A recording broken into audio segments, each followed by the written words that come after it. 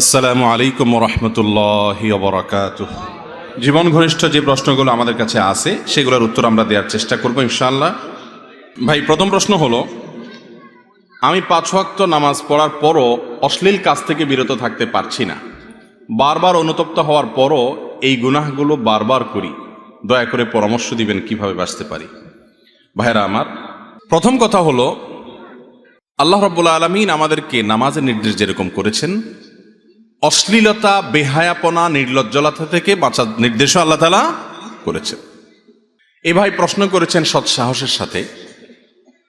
আমরা অনেক লোক আছি, নামাজ কালাম পড়ে সবই করে, কিন্তু ফেসবুকে, ইউটিউবে, মোবাইলে, গুগলে, নেটে, অফলাইনে, অনলাইনে নানান রকম হারাম এবং অশ্লীল দৃশ্যগুলো দেখি। এ রোগটা আমাদের মধ্যে আছে না নাই? ভাই রে, আল্লাহ রাব্বুল আলামিন আমাদেরকে নির্দেশ করেছেন অশ্লীলতা থেকে বেঁচে থাকার জন্য। তার একটা কারণ এটাও, অশ্লীল এবং হারাম জিনিস দেখলে ইবাদতের স্বাদ থাকে না। আমরা অনেকে বলি নামাজে ইবাদতের স্বাদ পান না। অনেক ভাইদের অভিযোগ এটা, যে ইবাদত করি, নামাজ পড়ি ঠিক আছে, কিন্তু আসলে মজাটা হয় না। মজা হয় না দেখেই কিন্তু তাড়াতাড়ি নামাজ পড়ে চলে যাই। যদি মজা হইতো তাহলে রুকুতে গেলে আর উঠতে মনে চাইতো না, কেরাত পড়তে পড়তে আর রুকুতে যেতে ইচ্ছা করতো না, সেজদা গেলে আর মাথাটা তুলতে ইচ্ছা করতো না। কিন্তু আমাদের অবস্থা হলো, খুব দ্রুততার সাথে নামাজ শেষ করে বেরোতে পারলে আমরা যেন জান বাঁচে। এর একটা বড় কারণ হলো, আজ চোখের জেনা ব্যাপক হয়ে গেছে। চোখের জেনা, চতুর্দিকে তাকালে শুধু চোখের জেনা আর চোখের জেনা। মোবাইলে, বাহিরে, রাস্তা ঘাটে, সর্বত্র ইবাদতের স্বাদকে নষ্ট করে দেয়। বিভিন্ন হাদিস থেকে বোঝা যায়, কেউ যদি নিজের দৃষ্টিকে হারাম জায়গা থেকে বাঁচিয়ে রাখে, আল্লাহ রাব্বুল আলামিন তার মধ্যে ইমানি মধুরতা, ইমানি স্বাদ দান করেন, যেটা সে অন্তরে ফিল করে, অনুভব করে।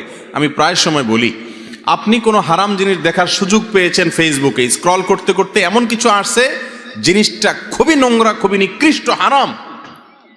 আপনি সেই জিনিসটা সুযোগ আছে দেখার, কেউ নাই, কিন্তু আপনার রব দেখছেন, আল্লাহ দেখছেন, এই কথা মনে হওয়ার সঙ্গে সঙ্গে স্ক্রল করে সেটা উপরের দিকে তুলে দিয়েছেন, অথবা ক্রস দিয়ে সেটাকে আপনি হাইড করে ফেলেছেন, সরিয়ে দিয়েছেন। সাথে সাথে দেখবেন আপনার মধ্যে একটা ভালো লাগা কাজ করছে। সে ভালো লাগাটা হলো ইমানি ভালো লাগা, ইমানি মধুরতা। সাথে সাথে আপনার মনে হবে, আমার মালিকের ভয়ে আমি একটা ত্যাগ করতে পেরেছি, স্যাক্রিফাইস করতে পেরেছি। ইমান শক্তিশালী হবে, ইমানটা পুষ্ট হবে, ইমানটা শক্ত হবে, ইবাদতের স্বাদ এভাবে আস্তে আস্তে জাগ্রত হবে। রাস্তায় যাচ্ছেন, একজন বেপর্দা নারী আপনার চোখের এরিয়াতে পড়েছে, আপনি চাইলেই তাকাতে পারেন, আল্লাহ দেখছেন, সে ভয়ে তাকালেন না। এসপি সাহেবের মেয়ে যাচ্ছে, অশ্লীল পোশাকে যাচ্ছে, কোন ডিসি সাহেবের মেয়ে যাচ্ছে, অশ্লীল পোশাকে যাচ্ছে, এমপি সাহেবের মেয়ে যাচ্ছে, অশ্লীল পোশাকে যাচ্ছে, বা কোনো যে কারো ক্ষমতাবান মানুষের মেয়ে যাচ্ছে, তার স্ত্রী যাচ্ছে, অশ্লীল পোশাকে যাচ্ছে, আপনি ওই মেয়ের দিকে তাকিয়ে বাজে দৃষ্টি দেওয়ার সাহস করবেন না, যদি ওই সাহেব আপনার আশেপাশেই থাকে। ঠিক না বেঠিক? ভয় হবে, যদি এসে একটা চড় থাপ্পড় দিয়ে দেয় বেয়াদব, ভয়েও আপনি কিন্তু ভদ্র হয়ে যাবেন। ঠিক না বেঠিক? তো আপনি যখন অন্য মেয়ের দিকে তাকাচ্ছেন, এসপি সাহেব, ডিসি সাহেব, এমপি সাহেবের দেখতে ভুল হতে পারে, কিন্তু আমার মালিকের দেখায় কোনো ভুল হতে, মালিক দেখছেন কি দেখেন না? ও ভাইরা আমার, এই একটা গুনাহ, এই একটা পাপ আজ এমন হয়ে গেছে, এটা থেকে আমরা কেউ বাঁচতে পারছি না, কেউ না। নামাজি, বেনামাজি, হুজুর আর গায়রে হুজুর, কোনো মানুষ বাঁচতে পারে না, এমন একটা অবস্থা। শয়তান আমাদের ঈমান হরণ করার জন্য, ঈমানের স্বাদ, ইবাদতের স্বাদ ধ্বংস করে দেওয়ার জন্য চোখের জেনাকে এমন ব্যাপক করে দিয়েছে যে চোখের জেনা সকাল থেকে রাত পর্যন্ত কয়েকশোবার পর্যন্ত হতে থাকে। ঠিক না ঠিক? ভাইরা আমার, বিশেষ করে যুবক ভাইদেরকে বলবো, আপনাদেরকে ধ্বংসের জন্য শয়তানের সবচেয়ে বড় অস্ত্র এটা, এর চেয়ে বড় কোনো অস্ত্র আর নাই। যুবকদেরকে শিকার করবার জন্য শয়তানের সবচেয়ে বড় আধার নারী।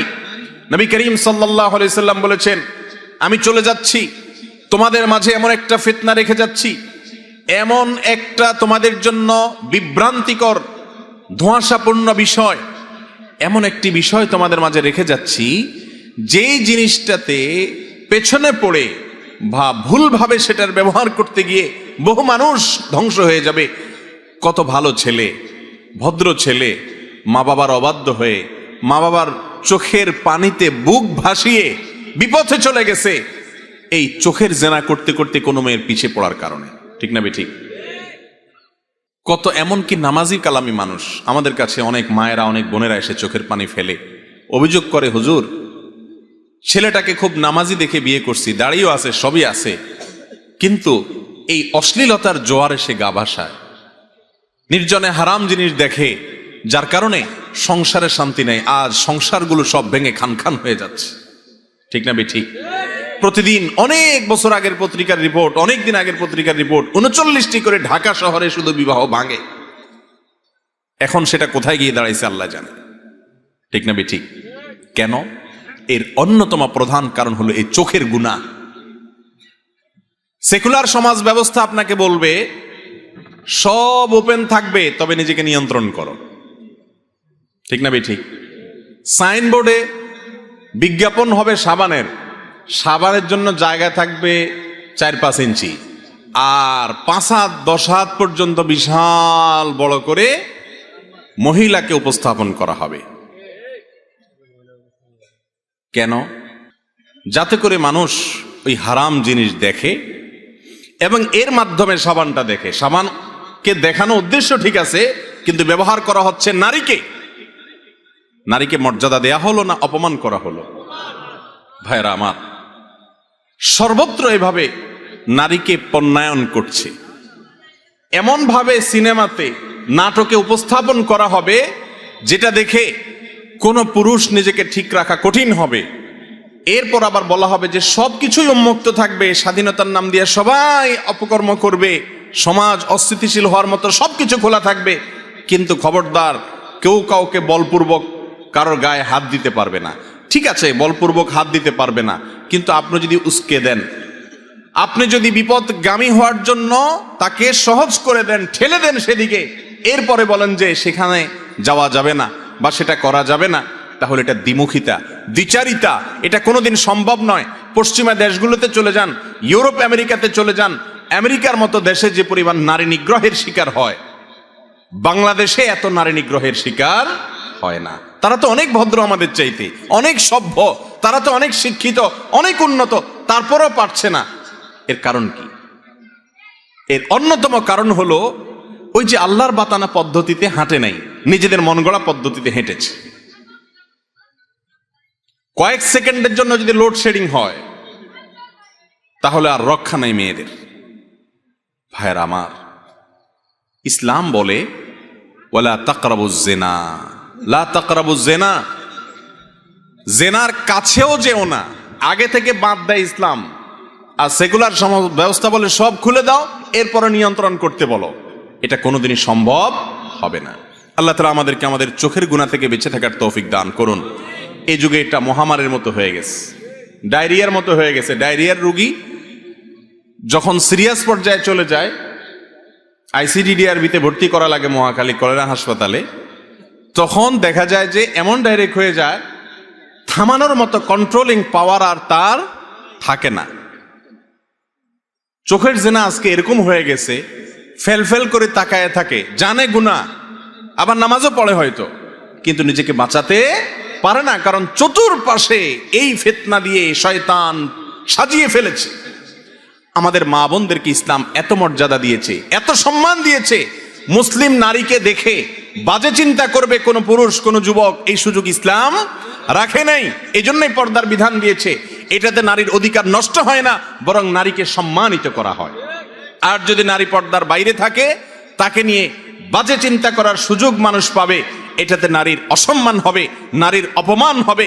যারা নারীকে বেপর্দার কথা বলে, তারা তাদের স্ত্রীকে নিয়ে, তাদের মাকে নিয়ে, তাদের বোনকে নিয়ে, তাদের মেয়েকে নিয়ে অন্যরা মনে মনে বাজে চিন্তা করুক, মনে মনে তাদের পরিবারের মেয়েদের সাথে জেনা করুক, এটা তারা কিন্তু কেউ চায়, কোনোদিনই চায় না।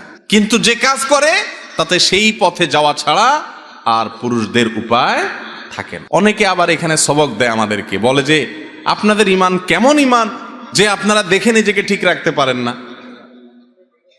ওনার ইমান অনেক মজবুত, উনি পারে। ভাইরা আমার, আল্লাহ রাব্বুল আলামিন এমনভাবে সৃষ্টি করেছেন এই বিষয়টাকে, যদি কেউ বলে বেপর্দা নারী আমি অহরহ দেখি কিন্তু আমার মনে কখনো বাজে চিন্তা আসে না, এই লোক হয় কাপুরুষ আর না হয় মিথ্যুক। হয় তার ডাক্তার দেখানো দরকার আর না হুজুরের কাছে নেওয়া দরকার মিথ্যাবাদী, দুইটার একটা। কোনো সন্দেহ আছে? আল্লাহ তাআলা আমাদেরকে পর্দার বিধান মেনে চলার তৌফিক দান করুক। ভাইরা, ফেসবুকে চোখের জেনা করব না, নিয়ত করা যাবে তো ইনশাল্লাহ? ইউটিউবে চোখের জেনা করব না, হেফাজত করব, নিয়ত করব তো ইনশাল্লাহ? তারা সব বেপর্দা চলবে, সেজন্য কি আমাদের ইমান আমরা নষ্ট করতে পারি? আমার আখিরাতে আমাকে যেতে হবে ভাই। কিয়ামতের দিন যদি বলেন আল্লাহ সব বেপর্দা হয়ে গেছে, বিজ্ঞাপনের বিলবোর্ডে, রাস্তাঘাটে, স্কুল কলেজে, সব জায়গায় নারীকে উন্মুক্তভাবে উপস্থাপন করা হয়েছে, সেজন্য আমি ঠিক থাকতে পারি নাই, এটা বললে সেদিন রক্ষা হবে না। জান্নাত তো আল্লাহ সেজন্যই দিবেন যে পরিবেশটা সব খারাপ হবে, এরপর আপনি আপনাকে বাঁচানোর চেষ্টা করবেন। আখেরি জামানার উম্মতের মুসলমানের মূল্য অনেক বেশি, কারণ পরিবেশ হবে প্রতিকূল, তারা সংগ্রাম করে বিপরীত এবং প্রতিকূল পরিবেশের উল্টা চলার চেষ্টা করবে।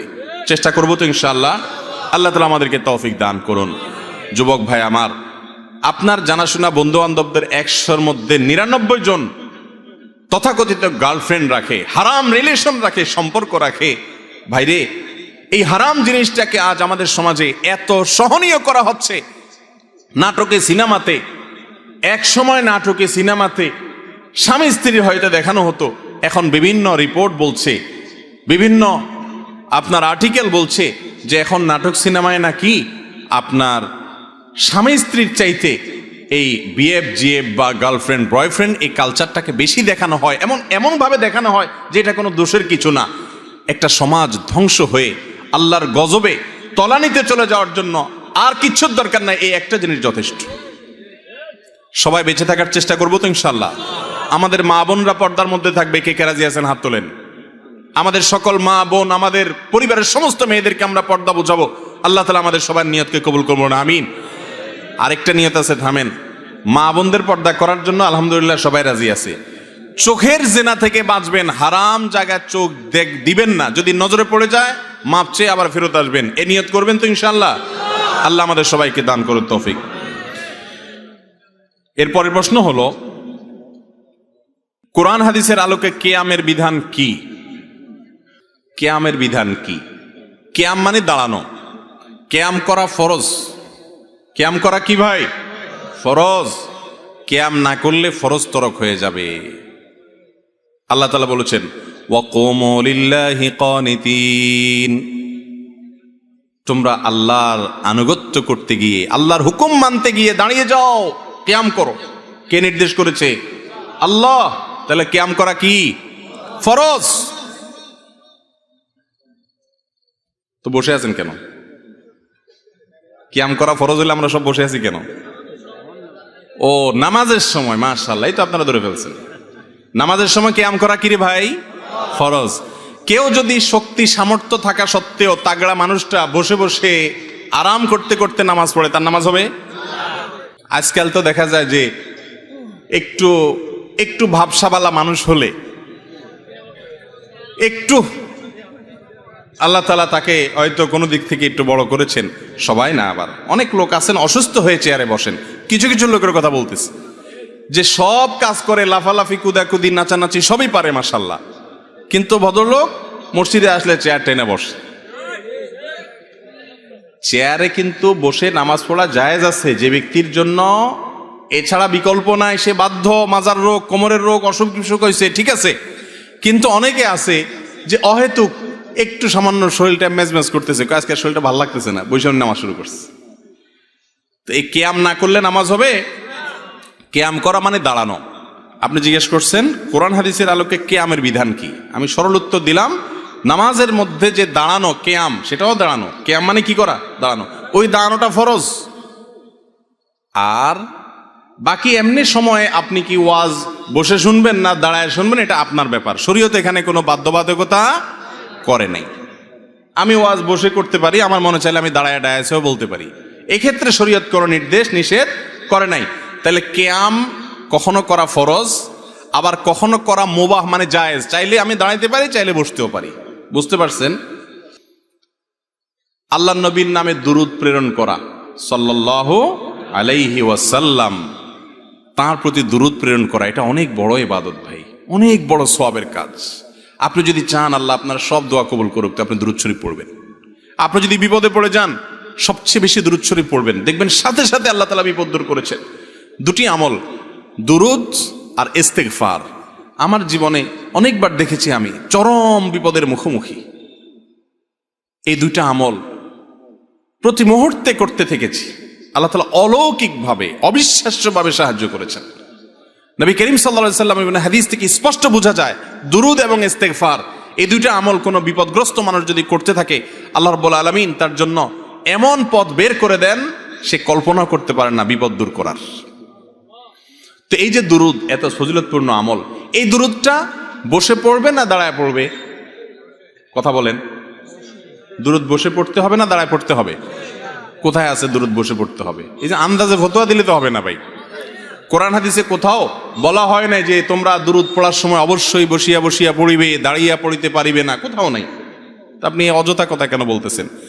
দুরূদ বসে পড়বে না দাঁড়ায় পড়বে, কোরআন হাদিসে ব্যাপারে কিচ্ছু বলা হয় না। অতএব এই বসা লোকেরাও দুরূদ পড়তে পারবে, দাঁড়ানো লোকেরাও দুরূদ।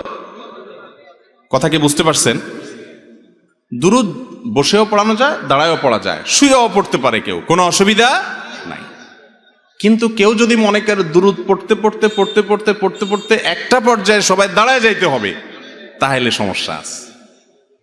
কারণ আপনি দুরূদ পড়তে পড়তে যে হঠাৎ দাঁড়ায় গেলেন, ভাই আমার, আপনাকে কি আল্লাহ রাসূল সাল্লাল্লাহু আলাইহি সাল্লাম দুরূদ পড়ার ব্যাপারে বলেছেন? এই কথা কোরআন হাদিসে কোথাও আছে যে তোমরা যখন দুরূদ পড়বা আমার প্রতি, পড়তে পড়তে পড়তে পড়তে একটা পর্যায়ে আমার সম্মানে তোমরা দাঁড়ায় যাইতে হবে?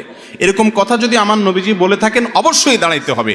কোরআনে যদি বলে থাকে, অবশ্যই করতে হবে। আর যদি কোরআন হাদিস না বলে, তা আপনি বসা আলাদেরকে বলবেন ভাই দুরূদ পড়তেছেন, দাঁড়ায় যান। অথবা দাঁড়ানোদেরকে আমি যদি বলি ভাই আপনারা দাঁড়ায় দাঁড়ায় দুরূদ পড়তেছেন কেন, বসে যান। এই দুইটার কোনোটাই করার অধিকার আমার আছে নাই। আমাদের যেসব ভাইয়েরা দুরূদ পড়তে পড়তে হঠাৎ দাঁড়ায় যায়, ওনারা কিন্তু নবীজির সম্মানার্থে দাঁড়ায়, ঠিক না ঠিক? নবী করিম সাল্লাল্লাহু আলাইহি ওয়াসাল্লামের প্রতি সম্মান ভালোবাসার জন্য দাঁড়ায় না? কিন্তু ভাইরে, নবীর প্রতি ভালোবাসা প্রকাশের পদ্ধতিটাও হইতে হবে নবীর বাতানো। নিজের মন গড়া পদ্ধতি যদি বাহির করি ইবাদতের, তাহলে সেটা নবীজি সতর্ক করেছেন বিদআত করতে।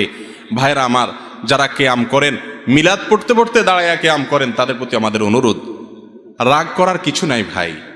আমি আপনার মুসলমান ভাই, আমি চাই আপনি আমার সাথে জান্নাতে যান, আমি আপনার সাথে জান্নাতে যেতে পারি। আমি আপনার ভালোর জন্য বলছি। আপনি যে সমস্ত আলিমরা আপনাকে বলেন কিয়াম করার জন্য, ওনাদেরকে অনুরোধ করেন যে হুজুর, কোরআন হাদিসে কোথাও আল্লাহ নবী সাল্লাল্লাহু আলাইহি সাল্লাম কি দুরূদ পড়তে পড়তে দাঁড়ায় যেতে বলেছেন কিনা? যদি বলে থাকেন সেটা কোথায় আছে আপনি দেখান, আমিও একই আমল করবো ইনশাআল্লাহ। আর যদি না থাকে, তাহলে সেক্ষেত্রে নিজের মন গড়া যদি আমি ইবাদতের পদ্ধতি বানায় নিই, তাহলে বেদাত হবে, আর বেদাতের ঠিকানা হবে জাহান্নাম ভাই। আচ্ছা, আমরা নামাজের মধ্যে দুরূদ কি আপনাদের এলাকায় বসে পড়েন না দাঁড়ায় পড়েন? নামাজের মধ্যে শেষ বৈঠকে দুরূদ পড়েন না আপনারা? এই দুরূদটা কি বসে পড়েন না দাঁড়ায় পড়েন? এই দুরূদের চেয়ে শ্রেষ্ঠ কোনো দুরূদ নাই। সাহাবীরা দুরূদ শিখতে চাইছেন, নবী করিম সাল্লাল্লাহু আলাইহি ওয়াসাল্লাম দুরূদ ইব্রাহিম শিখাইছেন। দুরূদ পড়তে পড়তে যদি দাঁড়ায় যাওয়া লাগতো, তাহলে সাহাবীরা, রাসূল আকরাম সাল্লাল্লাহু আলাইহি ওয়াসাল্লাম, এমনকি আমরাও নামাজের মধ্যে দুরূদ পড়তে পড়তে দাঁড়ায় যেতাম, ঠিক না ঠিক? নামাজের চাইতে গুরুত্বপূর্ণ কোনো অবস্থা মানুষের হতে পারে? সেই জায়গায় দুরূদ পড়তে পড়তে যদি দাঁড়ানো না লাগে, তা নামাজের বাইরে কেন দাঁড়ানো লাগবে ভাই? কথা কি বুঝছেন না বুঝেন নাই? দুরূদ যদি বসে পড়লে বেয়াদবি হইতো, তো আল্লাহ তাআলা বসে নামাজে দুরূদ দিতেন না, বলতেন দাঁড়ায়া সূরা ফাতিহার সময় দুরূদ পড়ার কথা, ঠিক না ঠিক? অথবা বসে আছেন, আত্তাহিয়াতু পড়ছেন, দুরূদের সময় দাঁড়ায় যান। আল্লাহ তাআলা কি এরকম করে নির্দেশ দিয়েছেন? তাহলে আপনি নামাজের বাইরে কেন এটাকে জরুরি মনে করতেছেন? আমার কথা কি বুঝতে পারছেন? আল্লাহ তাআলা আমাদেরকে বুঝার তৌফিক দান করুন।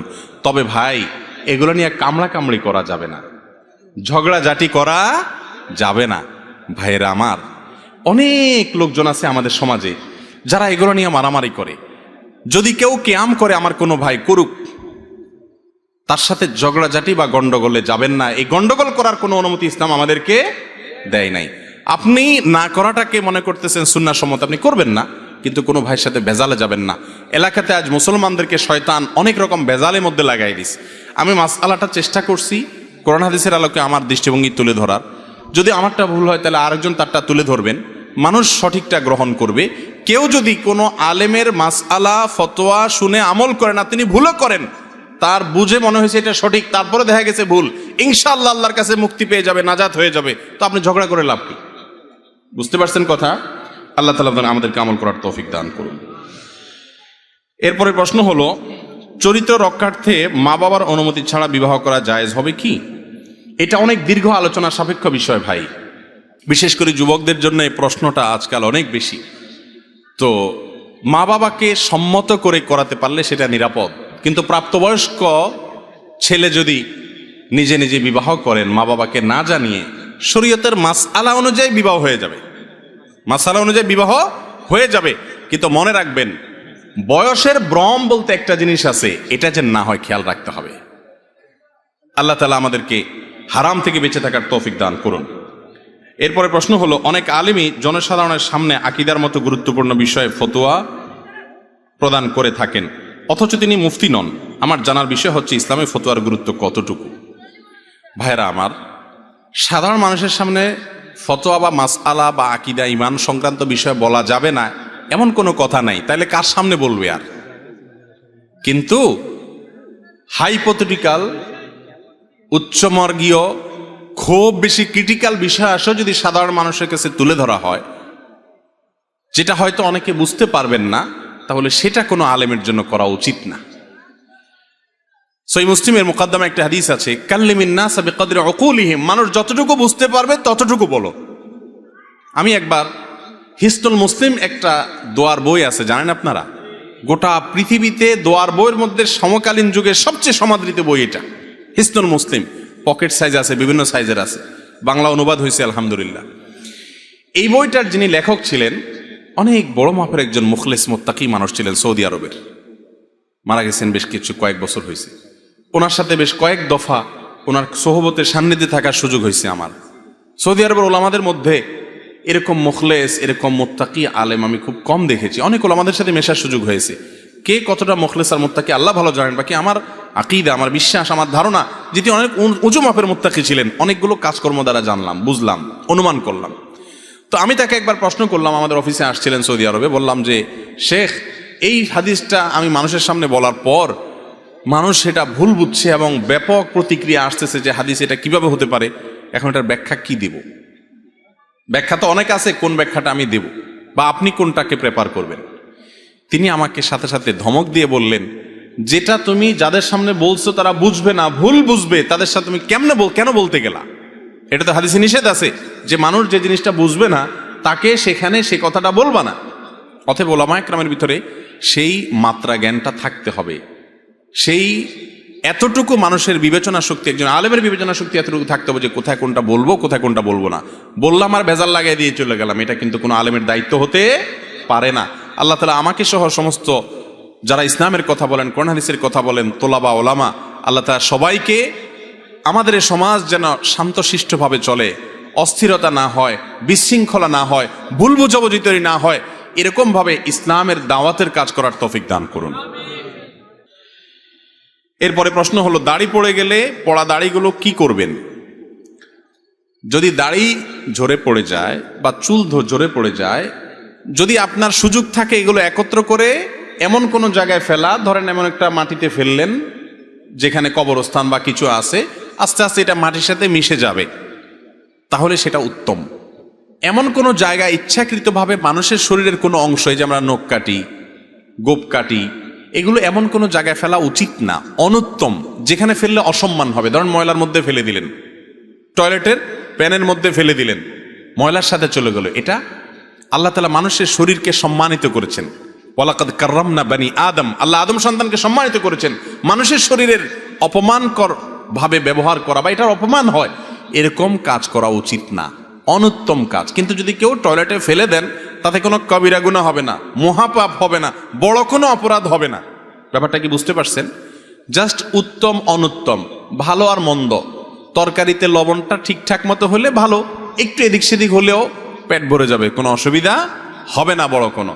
ঠিক একইভাবে এই চুল বা দাড়ি যদি পড়ে যায়, যেখানে সেখানে ফেলে দিলেন, এতে বড় কোনো অসুবিধা নাই। কিন্তু একজন মুসলমান সবকিছু, তরকারিটা যেরকম চান যে সব ঠিকঠাক মতো হোক মাশাআল্লাহ, আমলটাও ঠিকঠাক মতো হোক, এটা যদি চান তাহলে এগুলোকে পড়ে গেলে এমন কোনো জায়গায় ফেলেন মাটিতে, অথবা মাটির নিচে দিয়ে একটা চাকা দিয়ে চাপা দিয়ে দেন, এটা হলো উত্তম। কথা কি বুঝতে পারছি? এরপরে প্রশ্ন হলো, ভাঙা আয়নায় মুখ দেখা এবং ভাঙা প্লেটে খাবার খেলে কি হয়? ভাঙা আয়নায় মুখ দেখলে আর ভাঙা প্লেটে খেলে কি হয়? উত্তর হলো, ভাঙা আয়নায় মুখ দেখলে দেখতে একটু অসুবিধা হয়।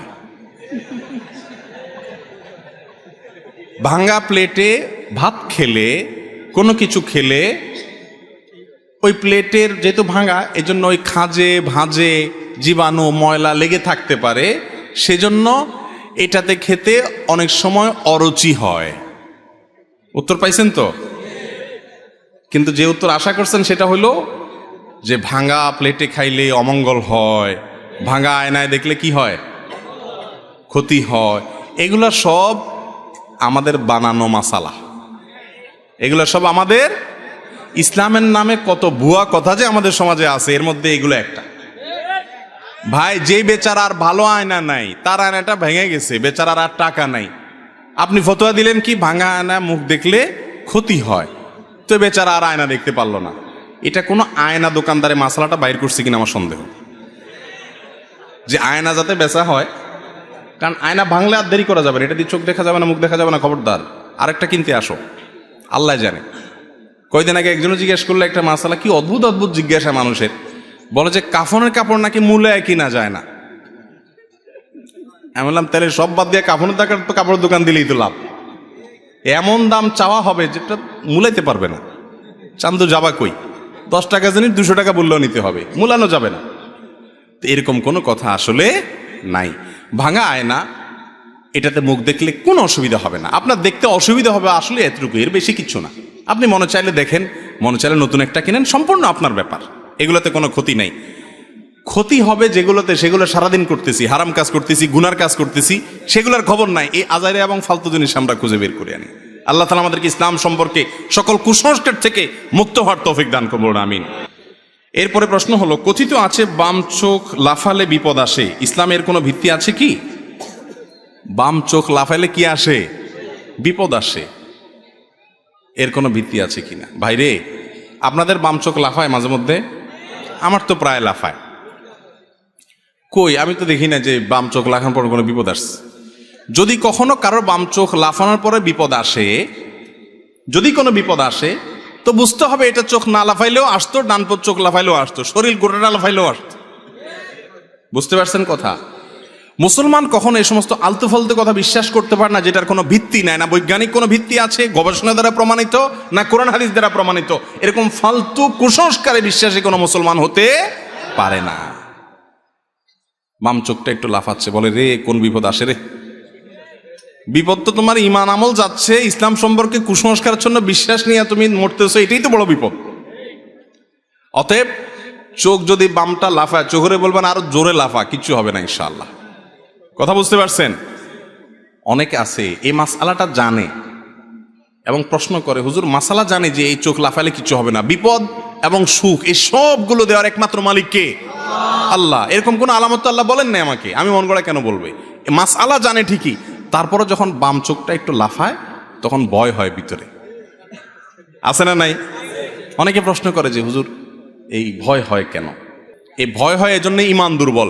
আমি বলি তখন চোখেরে বলবেন চোখ আরো দুমসে লাফাইতে থাক, আমার কোনো টেনশন নেই। এরপর যদি কোনো বিপদ আসেও নিজেরে বলবেন যে অবশ্যই এই বিপদ আমার কপালে আগে থেকে লেখা ছিল তাই আসছে, চোখের লাফানোর সাথে এর কোনো সম্পর্ক নাই। চোখ তোমার 14 গোষ্ঠী সহ একসাথে নাচতে থাকে, কোনো কিছু হবে না আমার ইনশাআল্লাহ। আল্লাহ তাআলা আমাদেরকে সমস্ত কুসংস্কার থেকে বেঁচে থাকার তৌফিক দান করুন। ঘরে কিংবা দোকানে পীর অথবা ফকিরের ছবি ঝুলিয়ে রাখলে বরকত বেশি হবে, এ ধারণা ঠিক আছে কিনা? ভাইরে, রাসূল করিম সাল্লাল্লাহু আলাইহি সাল্লাম বলেছেন, লা তাদখুলুল মালাইকাতু বাইতান ফীহি কালবুন আও সূরাহ, বুখারীর হাদিস। ওই ঘরে রহমতের ফেরেশতা আল্লাহর রহমত নিয়ে আসবেই না যেখানে কুকুর থাকে অথবা ছবি টাঙানো থাকে। ভাইরে, আমরা মনে করি কুকুর কি দোষ করছে? কিছু দোষ করে না। কুকুরকে আপনি পাহারাদারির কাজের লালন পালন করতে পারেন, বাড়ি বা এলাকা পাহারাদারি করলো, তাকে খাবার দাবার দিলেন, সবই ঠিক আছে, কিন্তু আপনার ঘরে ঢুকাতে নিষেধ করেছেন রাসূল আকরাম সাল্লাল্লাহু আলাইহি ওয়াসাল্লাম শখের বসে। এই জন্য দেখবেন, আল্লাহ মাফ করুক, ইহুদি খ্রিস্টানরা এত পশু থাকতে দেখবেন কুকুর নিয়েই পড়ে থাকে। হাদিসে যেটা নিষেধ আছে, ইবলিস সেটা আরো বেশি করায় তাদেরকে দিয়া। আবু হুরায়রা রাদিয়াল্লাহু তাআলা আনহু বিড়াল পালতেন, জামার হাতার ভিতরে বিড়াল নিয়ে আসছেন, রাসূল বলেছেন, ও আবু হুরায়রা বিড়ালের বাপ, নাম উঠে গেছে বিড়ালের বাপ। হাদিস তো জানেন আপনারা। এই বিড়াল পালার ব্যাপারে তেমন কোনো আগ্রহ পশ্চিমা দেশে মানুষের মধ্যে এতটা নাই যতটা আছে কুকুর পালার ব্যাপারে, ঠিক না ঠিক?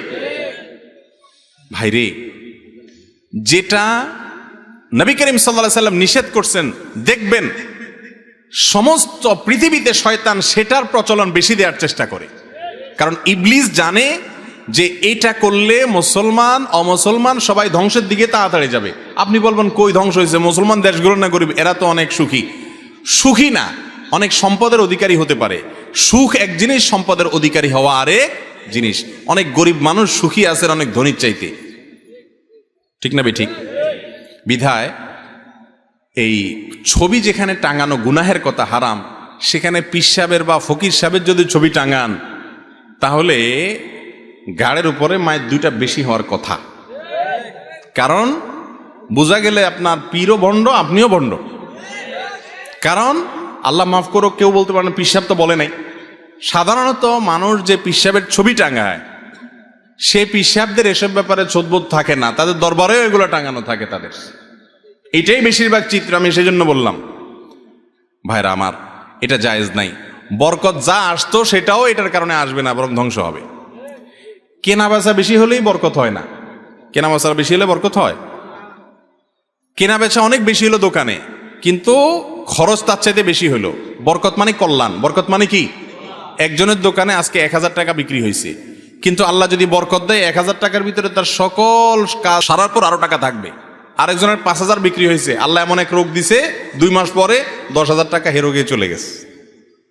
তাহলে বোঝা গেল বরকত ভিন্ন জিনিস। হারামে কি থাকে না? বরকত থাকে না। কোনো পীর বা ফকিরের ছবি দোকানে ঝুলানো জায়েজ নাই, গুনাহের কথা।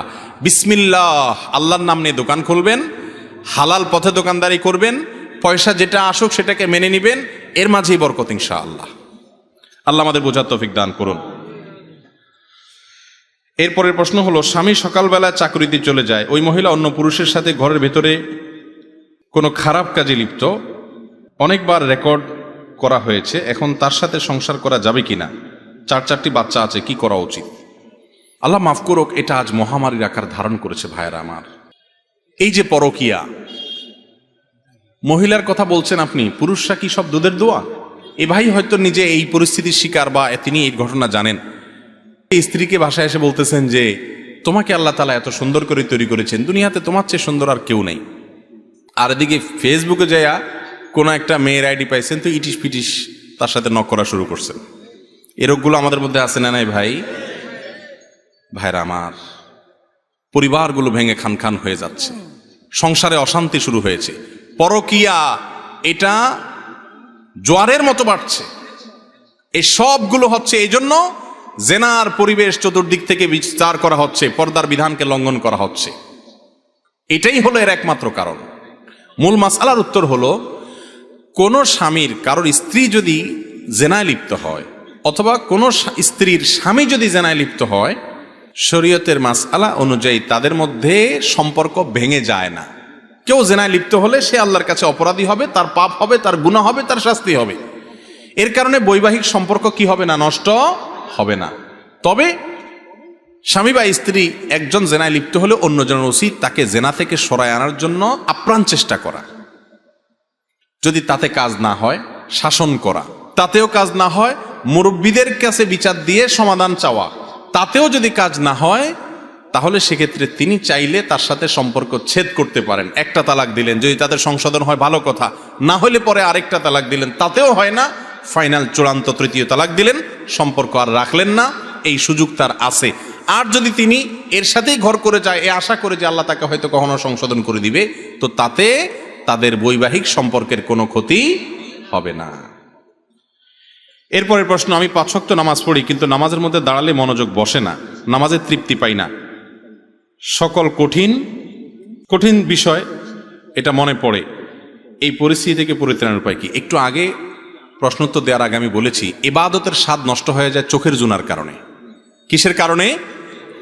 আমি আপনাদেরকে আল্লাহর উপরে ভরসা করে বলছি, যদি কেউ ইবাদতের স্বাদ পান না এই অভিযোগ করেন, আপনি টানা 10 দিন 20 দিন এই চোখ দিয়ে হারাম কোনো পর্নার দিকে তাকাবেন না, কোনো মিউজিক কোনো গান শুনবেন না, মোবাইলেও না, মোবাইলের বাইরেও না, টেলিভিশনেও না, কোনো দিকেই না। রাস্তা চলবেন, নিজেকে নিয়ন্ত্রণ করবেন, নজর পড়ে গেছে সাথে সাথে নিজেকে শাসন করবেন, ভৎসনা করবেন, আল্লাহর কাছে মাপ চাইবেন, এরপরে আরো সাবধান হয়ে চলবেন। এভাবে 10-15 দিন যদি চোখের জেনা থেকে আপনাকে বাঁচাতে পারেন নিজেকে, ইনশাআল্লাহ আপনি ইবাদতের স্বাদ পাবেন।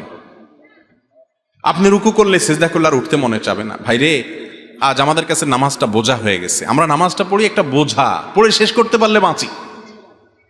সাহাবায়ে কেরাম, এমনকি আমাদের প্রিয় নবী করিম সাল্লাল্লাহু আলাইহি সাল্লাম কিভাবে নামাজ পড়তেন জানেন? আম্মা জান আয়েশা বলেন, তিনি যখন রাত্রের জন্য নামাজ পড়তেন, লা তাসআল আন হুসনিহিন্না ওয়া তুলিহিন্না, নবীজির রাতের নামাজের কি সৌন্দর্য ছিল, আর বলো না। যখন তিনি দাঁড়িয়ে কিরাত পড়তে থাকতেন, এত লম্বা সময় পড়তেন, আমরা মনে করতাম হায়রে রুকুতে আর যাবেন না মনে হয়। রুকুতে যাওয়ার পর সুবহান রাব্বিয়াল আযীম, আল্লাহর পবিত্রতা বর্ণনা করছেন, মালিকের সামনে নিবেদন করছেন তাসবিহ। এত বেশি ভালো লাগা কাজ করতো, নবীজি রুকু থেকে আর উঠতেন না। আমাদের আয়েশা বলেন, মনে হতো তিনি আর উঠবেন না, মাথা তুলবেন না। ভয় হতো যে হায়রে এত সময় ধরে তিনি রুকুতে আছেন, কষ্ট হয়ে যাচ্ছে, মাথাটা কেন তুলছেন না। এরপর যখন মাথা তুলতেন, এত সময় ধরে দাঁড়িয়ে আল্লাহর প্রশংসা করতেন, হামদান কাসীরান তাইয়িবান মুবারাকান ফি রব্বানা ওয়ালাকাল হামদ। এতবার এত সময় নিয়ে বলতেন, মনে হয় যে আর সিজদা যাবেন না। আবার সিজদা গেলে একই অবস্থা। সবচেয়ে মজার জায়গায় সিজদায় আমার মালিককে আমি সিজদা করছি, এই সিজদার বিনিময়ে দুনিয়া এবং দুনিয়ার মধ্যে যা কিছু আছে সবকিছুর চাইতে উত্তম হবে, মালিকের সবচেয়ে নৈকট্য অর্জন হবে। আকরাবু মা ইয়াকুনুল আবদু মির রাব্বিহি ওয়া হুয়া সাজিদ, বান্দা আল্লাহর সবচেয়ে কাছে যেতে পারে যখন সে সিজদায় চলে যায়। প্রধানমন্ত্রীর খুব কাছে যেতে পারলে, প্রেসিডেন্টের খুব কাছে যেতে পারলে আমাদের গর্ব হয়। দুনিয়ার প্রধানমন্ত্রী, দুনিয়ার প্রেসিডেন্ট, দুনিয়ার রাজা, দুনিয়ার সমস্ত মানুষের মালিক যিনি, বাদশাহ যিনি, রব যিনি, সবাই যার গোলাম সৃষ্টি, সেই মালিকের সবচেয়ে কাছে যেতে পারে মানুষ যখন সিজদায় চলে যায়। আপনি যদি মনে করেন আমি সিজদায় আছি, আমার রবের সবচেয়ে কাছে আছি, একবারে সামনাসামনি রবকে পেয়ে আমি নিবেদন করছি সুবহান রাব্বিয়াল আলা, ও আমার মহান প্রভু মালিক, আপনি পবিত্র, আপনার পবিত্রতা আমি বর্ণনা করছি, ভালো লাগা কাজ করবে। নবীজি সাল্লাল্লাহু আলাইহি সাল্লাম লম্বা সময় সিজদা করতেন, উঠতে চাইতেন না। আর আমাদের অবস্থা হলো নামাজ তাড়াতাড়ি করে শেষ করতে পারলে বাঁচি। নামাজের পরে যদি বৃষ্টি হয় তো মসজিদের দুয়ারে এসে সবাই এমন ভাবে একত্র হয়, মনে হয় জেলখানায় আছে, বাইরে হওয়ার জন্য সবাই পাগল হয়ে গেছে। ঠিক না ঠিক? ভাইরা আমার, এই ইবাদতের স্বাদ নষ্ট হয় যে কাজগুলোর মাধ্যমে, তার মধ্যে অন্যতম একটা কাজ হলো চোখের গুনাহ, যেটা আজ ব্যাপক হয়ে গেছে। এই জন্য ইবাদতের স্বাদ নাই। আল্লাহ আমাদেরকে চোখের জেনা থেকে বেঁচে থাকার তৌফিক দান করুন। আর এমনি গণহারে গুনাহের কারণেও ইবাদতের স্বাদ কমে যায়। ইবাদতের স্বাদ কমার তৃতীয় কারণ হলো হারাম খানা। আজকাল খাবারের মধ্যে এত ভেজাল, আল্লাহ মাফ করুক। ইমাম সাহেব বেচারা যে বেতনটা পায়, ওয়াজ করে হুজুর যে হাদিয়া পায়, ওই হাদিয়াও দেখা গেল যে যেসব মানুষ দিছে টিছে, সুদখোর, ঘুষখোর, টিনচোর, গমচোর, ডাকাত, রাহাজানি করেন না, আইল ঠেলা মানুষ, 2 নম্বরে ইনকাম করা মানুষ, চাঁদাবাজ, মাস্তান, এক একজনের ইনকামে এক এক ভেজাল। আবার কেউ আছে এগুলো কিছু করেন, আপনারা খুব হাসতেছেন মনে মনে, হুজুর সব বাঁশ দিয়ে ফেলতেছে। আপনি নিজেও যে বাঁশ খাওয়ার লোক, আপনি বোনের হক দেন নাই, ফুফুর হক দেন নাই বাপের সম্পত্তিতে, তাহলে আপনিও হারামখোর, আমিও হারামখোর হয়ে যাব যদি এই কাজ করি। ঠিক না ঠিক? এই হারাম খাওয়ার কারণে ইবাদতে স্বাদ পাওয়া যায় না। 3টা জিনিস বললাম, চোখের জেনা থেকে বাঁচা, সকল গুনাহ থেকে বাঁচার চেষ্টাটা করতে থাকা, আর বিশেষভাবে আমি যা খাবো উপার্জন করব এটা যেন হারাম না হয়, এই দিকটা চেষ্টা করা। এই 3টা কাজ করেন, আল্লাহর কসম ইবাদতের স্বাদ এমন পাবেন আপনাকে ইবাদত থেকে গুলি করে কেউ সরাতে পারবে না। ভাইরে, সালহাতু সঙ্গে বুদি দিল খারাস, আজমুদে এক জামানা খাকে বাস। অনেক কিছু স্বাদ পেয়েছেন জীবনে, অনেক কিছুর স্বাদ। ভাই, ভালো খাবারের স্বাদ পেয়েছেন, জেনা হারাম রিলেশন সম্পর্কের মধ্যে স্বাদ পেয়েছেন, ফেসবুকে ইউটিউবে আজে বাজে জিনিস দেখে স্বাদ পেয়েছেন, হালাল হারাম বিভিন্নভাবে বিভিন্ন স্বাদ পেয়েছেন। আজ মোদে এক জামানা খাক বাস, একটু পরীক্ষা করে কিছুকালের জন্য মাটি হয়ে দেখেন, একটু কিছুকালের জন্য হারাম ত্যাগ করে দেখেন, ইবাদতের স্বাদ যদি একবার পান দেখবেন যে এর চাইতে স্বাদের আর কিছু নেই। শাহ ওলিউল্লাহ মুহাদ্দিস দেহলভী রহিমাহুল্লাহ, তার ব্যাপারে একটি ঘটনা বর্ণিত আছে যে তিনি বলতেন, দিলে দারম জওয়াহের পারায় ইশকাস্তিতা হবিলশ কেদারত জের গরদোমি সে মেরে সামানে কে মন্দারম। তিনি দিল্লি শাহী মসজিদের ওখানে দাঁড়িয়ে বলতেন, আল্লাহ এমন এক দিল দিয়েছেন আমাকে, এই অন্তরের চতুর্পাশ দিয়ে বড় বড় রাজা বাদশাদের রাজত্ব, এগুলো গুড়গুড় করে ঘুরতে থাকে কিন্তু ভেতরে ঢোকার চান্স পায় না। এর মানে বুঝছেন? মনে করেন একজন আপনার বাড়ির পাশে 2 নম্বর টাকা দিয়ে আঙ্গুল ফুলে কলা গাছ হয়ে গেছে, আছে না? না এরকম আপনার বাপেও খোঁচায়, মায়েও খোঁচায়, আপনার নিজের কাছেও খারাপ লাগে যে আমি কি করলাম। হ্যাঁ, আরেকজন হারাম রিলেশন করে 2টা-4টা সম্পর্ক করে ফেলছে, আপনার কোনো হারাম রিলেশন না, আপনি মনে করতেছেন হারে আমি দুনিয়ার এই ভোগ উপভোগ থেকে নিজেকে দূরে সরিয়ে রাখলাম। তো তিনি বলেছেন আমার অন্তরে এগুলার লোভ, মোহ, পদ, টাকা পয়সা, অমুকে রাজনীতি করতে করতে বিশাল নেতা হয়ে গেছে, এখন তার দেখে কে আর পয়সা ক্ষমতা, কিন্তু আমি তো সেই জায়গায় পড়ে থাকলাম। মনের মধ্যে এগুলো ঢুকতে চেষ্টা করে, এগুলার বড়ত্ব মনের ভিতরে ঢুকলে তখন আস্তে আস্তে সেগুলো করতে মনে চায়। তো তিনি বলেছেন এগুলো সব আমার মনের চতুর্পাশ দিয়ে ঢুকে কিন্তু ঢুকতে পারে না, কারণ কেদারত জের গরদোমি রেসামানে কামান ধারম। ও দুনিয়ার রাজা বাদশারা, ও মোগল সম্রাটেরা, আমি যে অন্তর রাখি এই অন্তরে আল্লাহর ইবাদত করে যেই পরিমাণ নিজেকে ধনী মনে হয়, তোমাদের কাছে যত কিছু আছে এগুলো সব আমার কাছে তুচ্ছ মনে হয়, এগুলোর কোনো মূল্য আমার কাছে নাই, তোমরা এগুলোকে অনেক বড় কিছু মনে করতে পারো। মুসলমানের নজর হবে সেরকম, এগুলো কল্পকাহিনী মনে হবে। এক সময় আল্লাহর নেককার বান্দারা পৃথিবীতে যারা ছিলেন তাদের কাছে এগুলোই মনে হতো। সাহাবা একরাম, বড় বড় সম্রাটদের মাথার উপরের মুকুট স্বর্ণ দিয়ে তৈরি, মসজিদে নববীর সামনে এনে রাখা হয়েছে। সাহাবা একরাম রিদওয়ানুল্লাহি তাআলা আলাইহিম আজমাইন ইবাদতের স্বাদ পাওয়ার আগে, ইসলাম গ্রহণ করার আগে যারা একটু ওটের পানি পান করানোকে কেন্দ্র করে শতাব্দীকে শতাব্দী যুগ যুগ ধরে যুদ্ধ করে বেড়াতো, তুচ্ছ জিনিসের জন্য লড়াই করত, সেই মানুষগুলো ওই মুকুটকে, সম্রাটের সেই সোনাখচিত মুকুটকে পাও দিয়া উষ্ঠা মারে লাথি মারতে মারতে চলে যায়। এগুলো তাদের অন্তরে প্রবেশ করতে পারে না, এগুলো তাদেরকে কোনো অবস্থাতে দুর্বল করতে পারে না।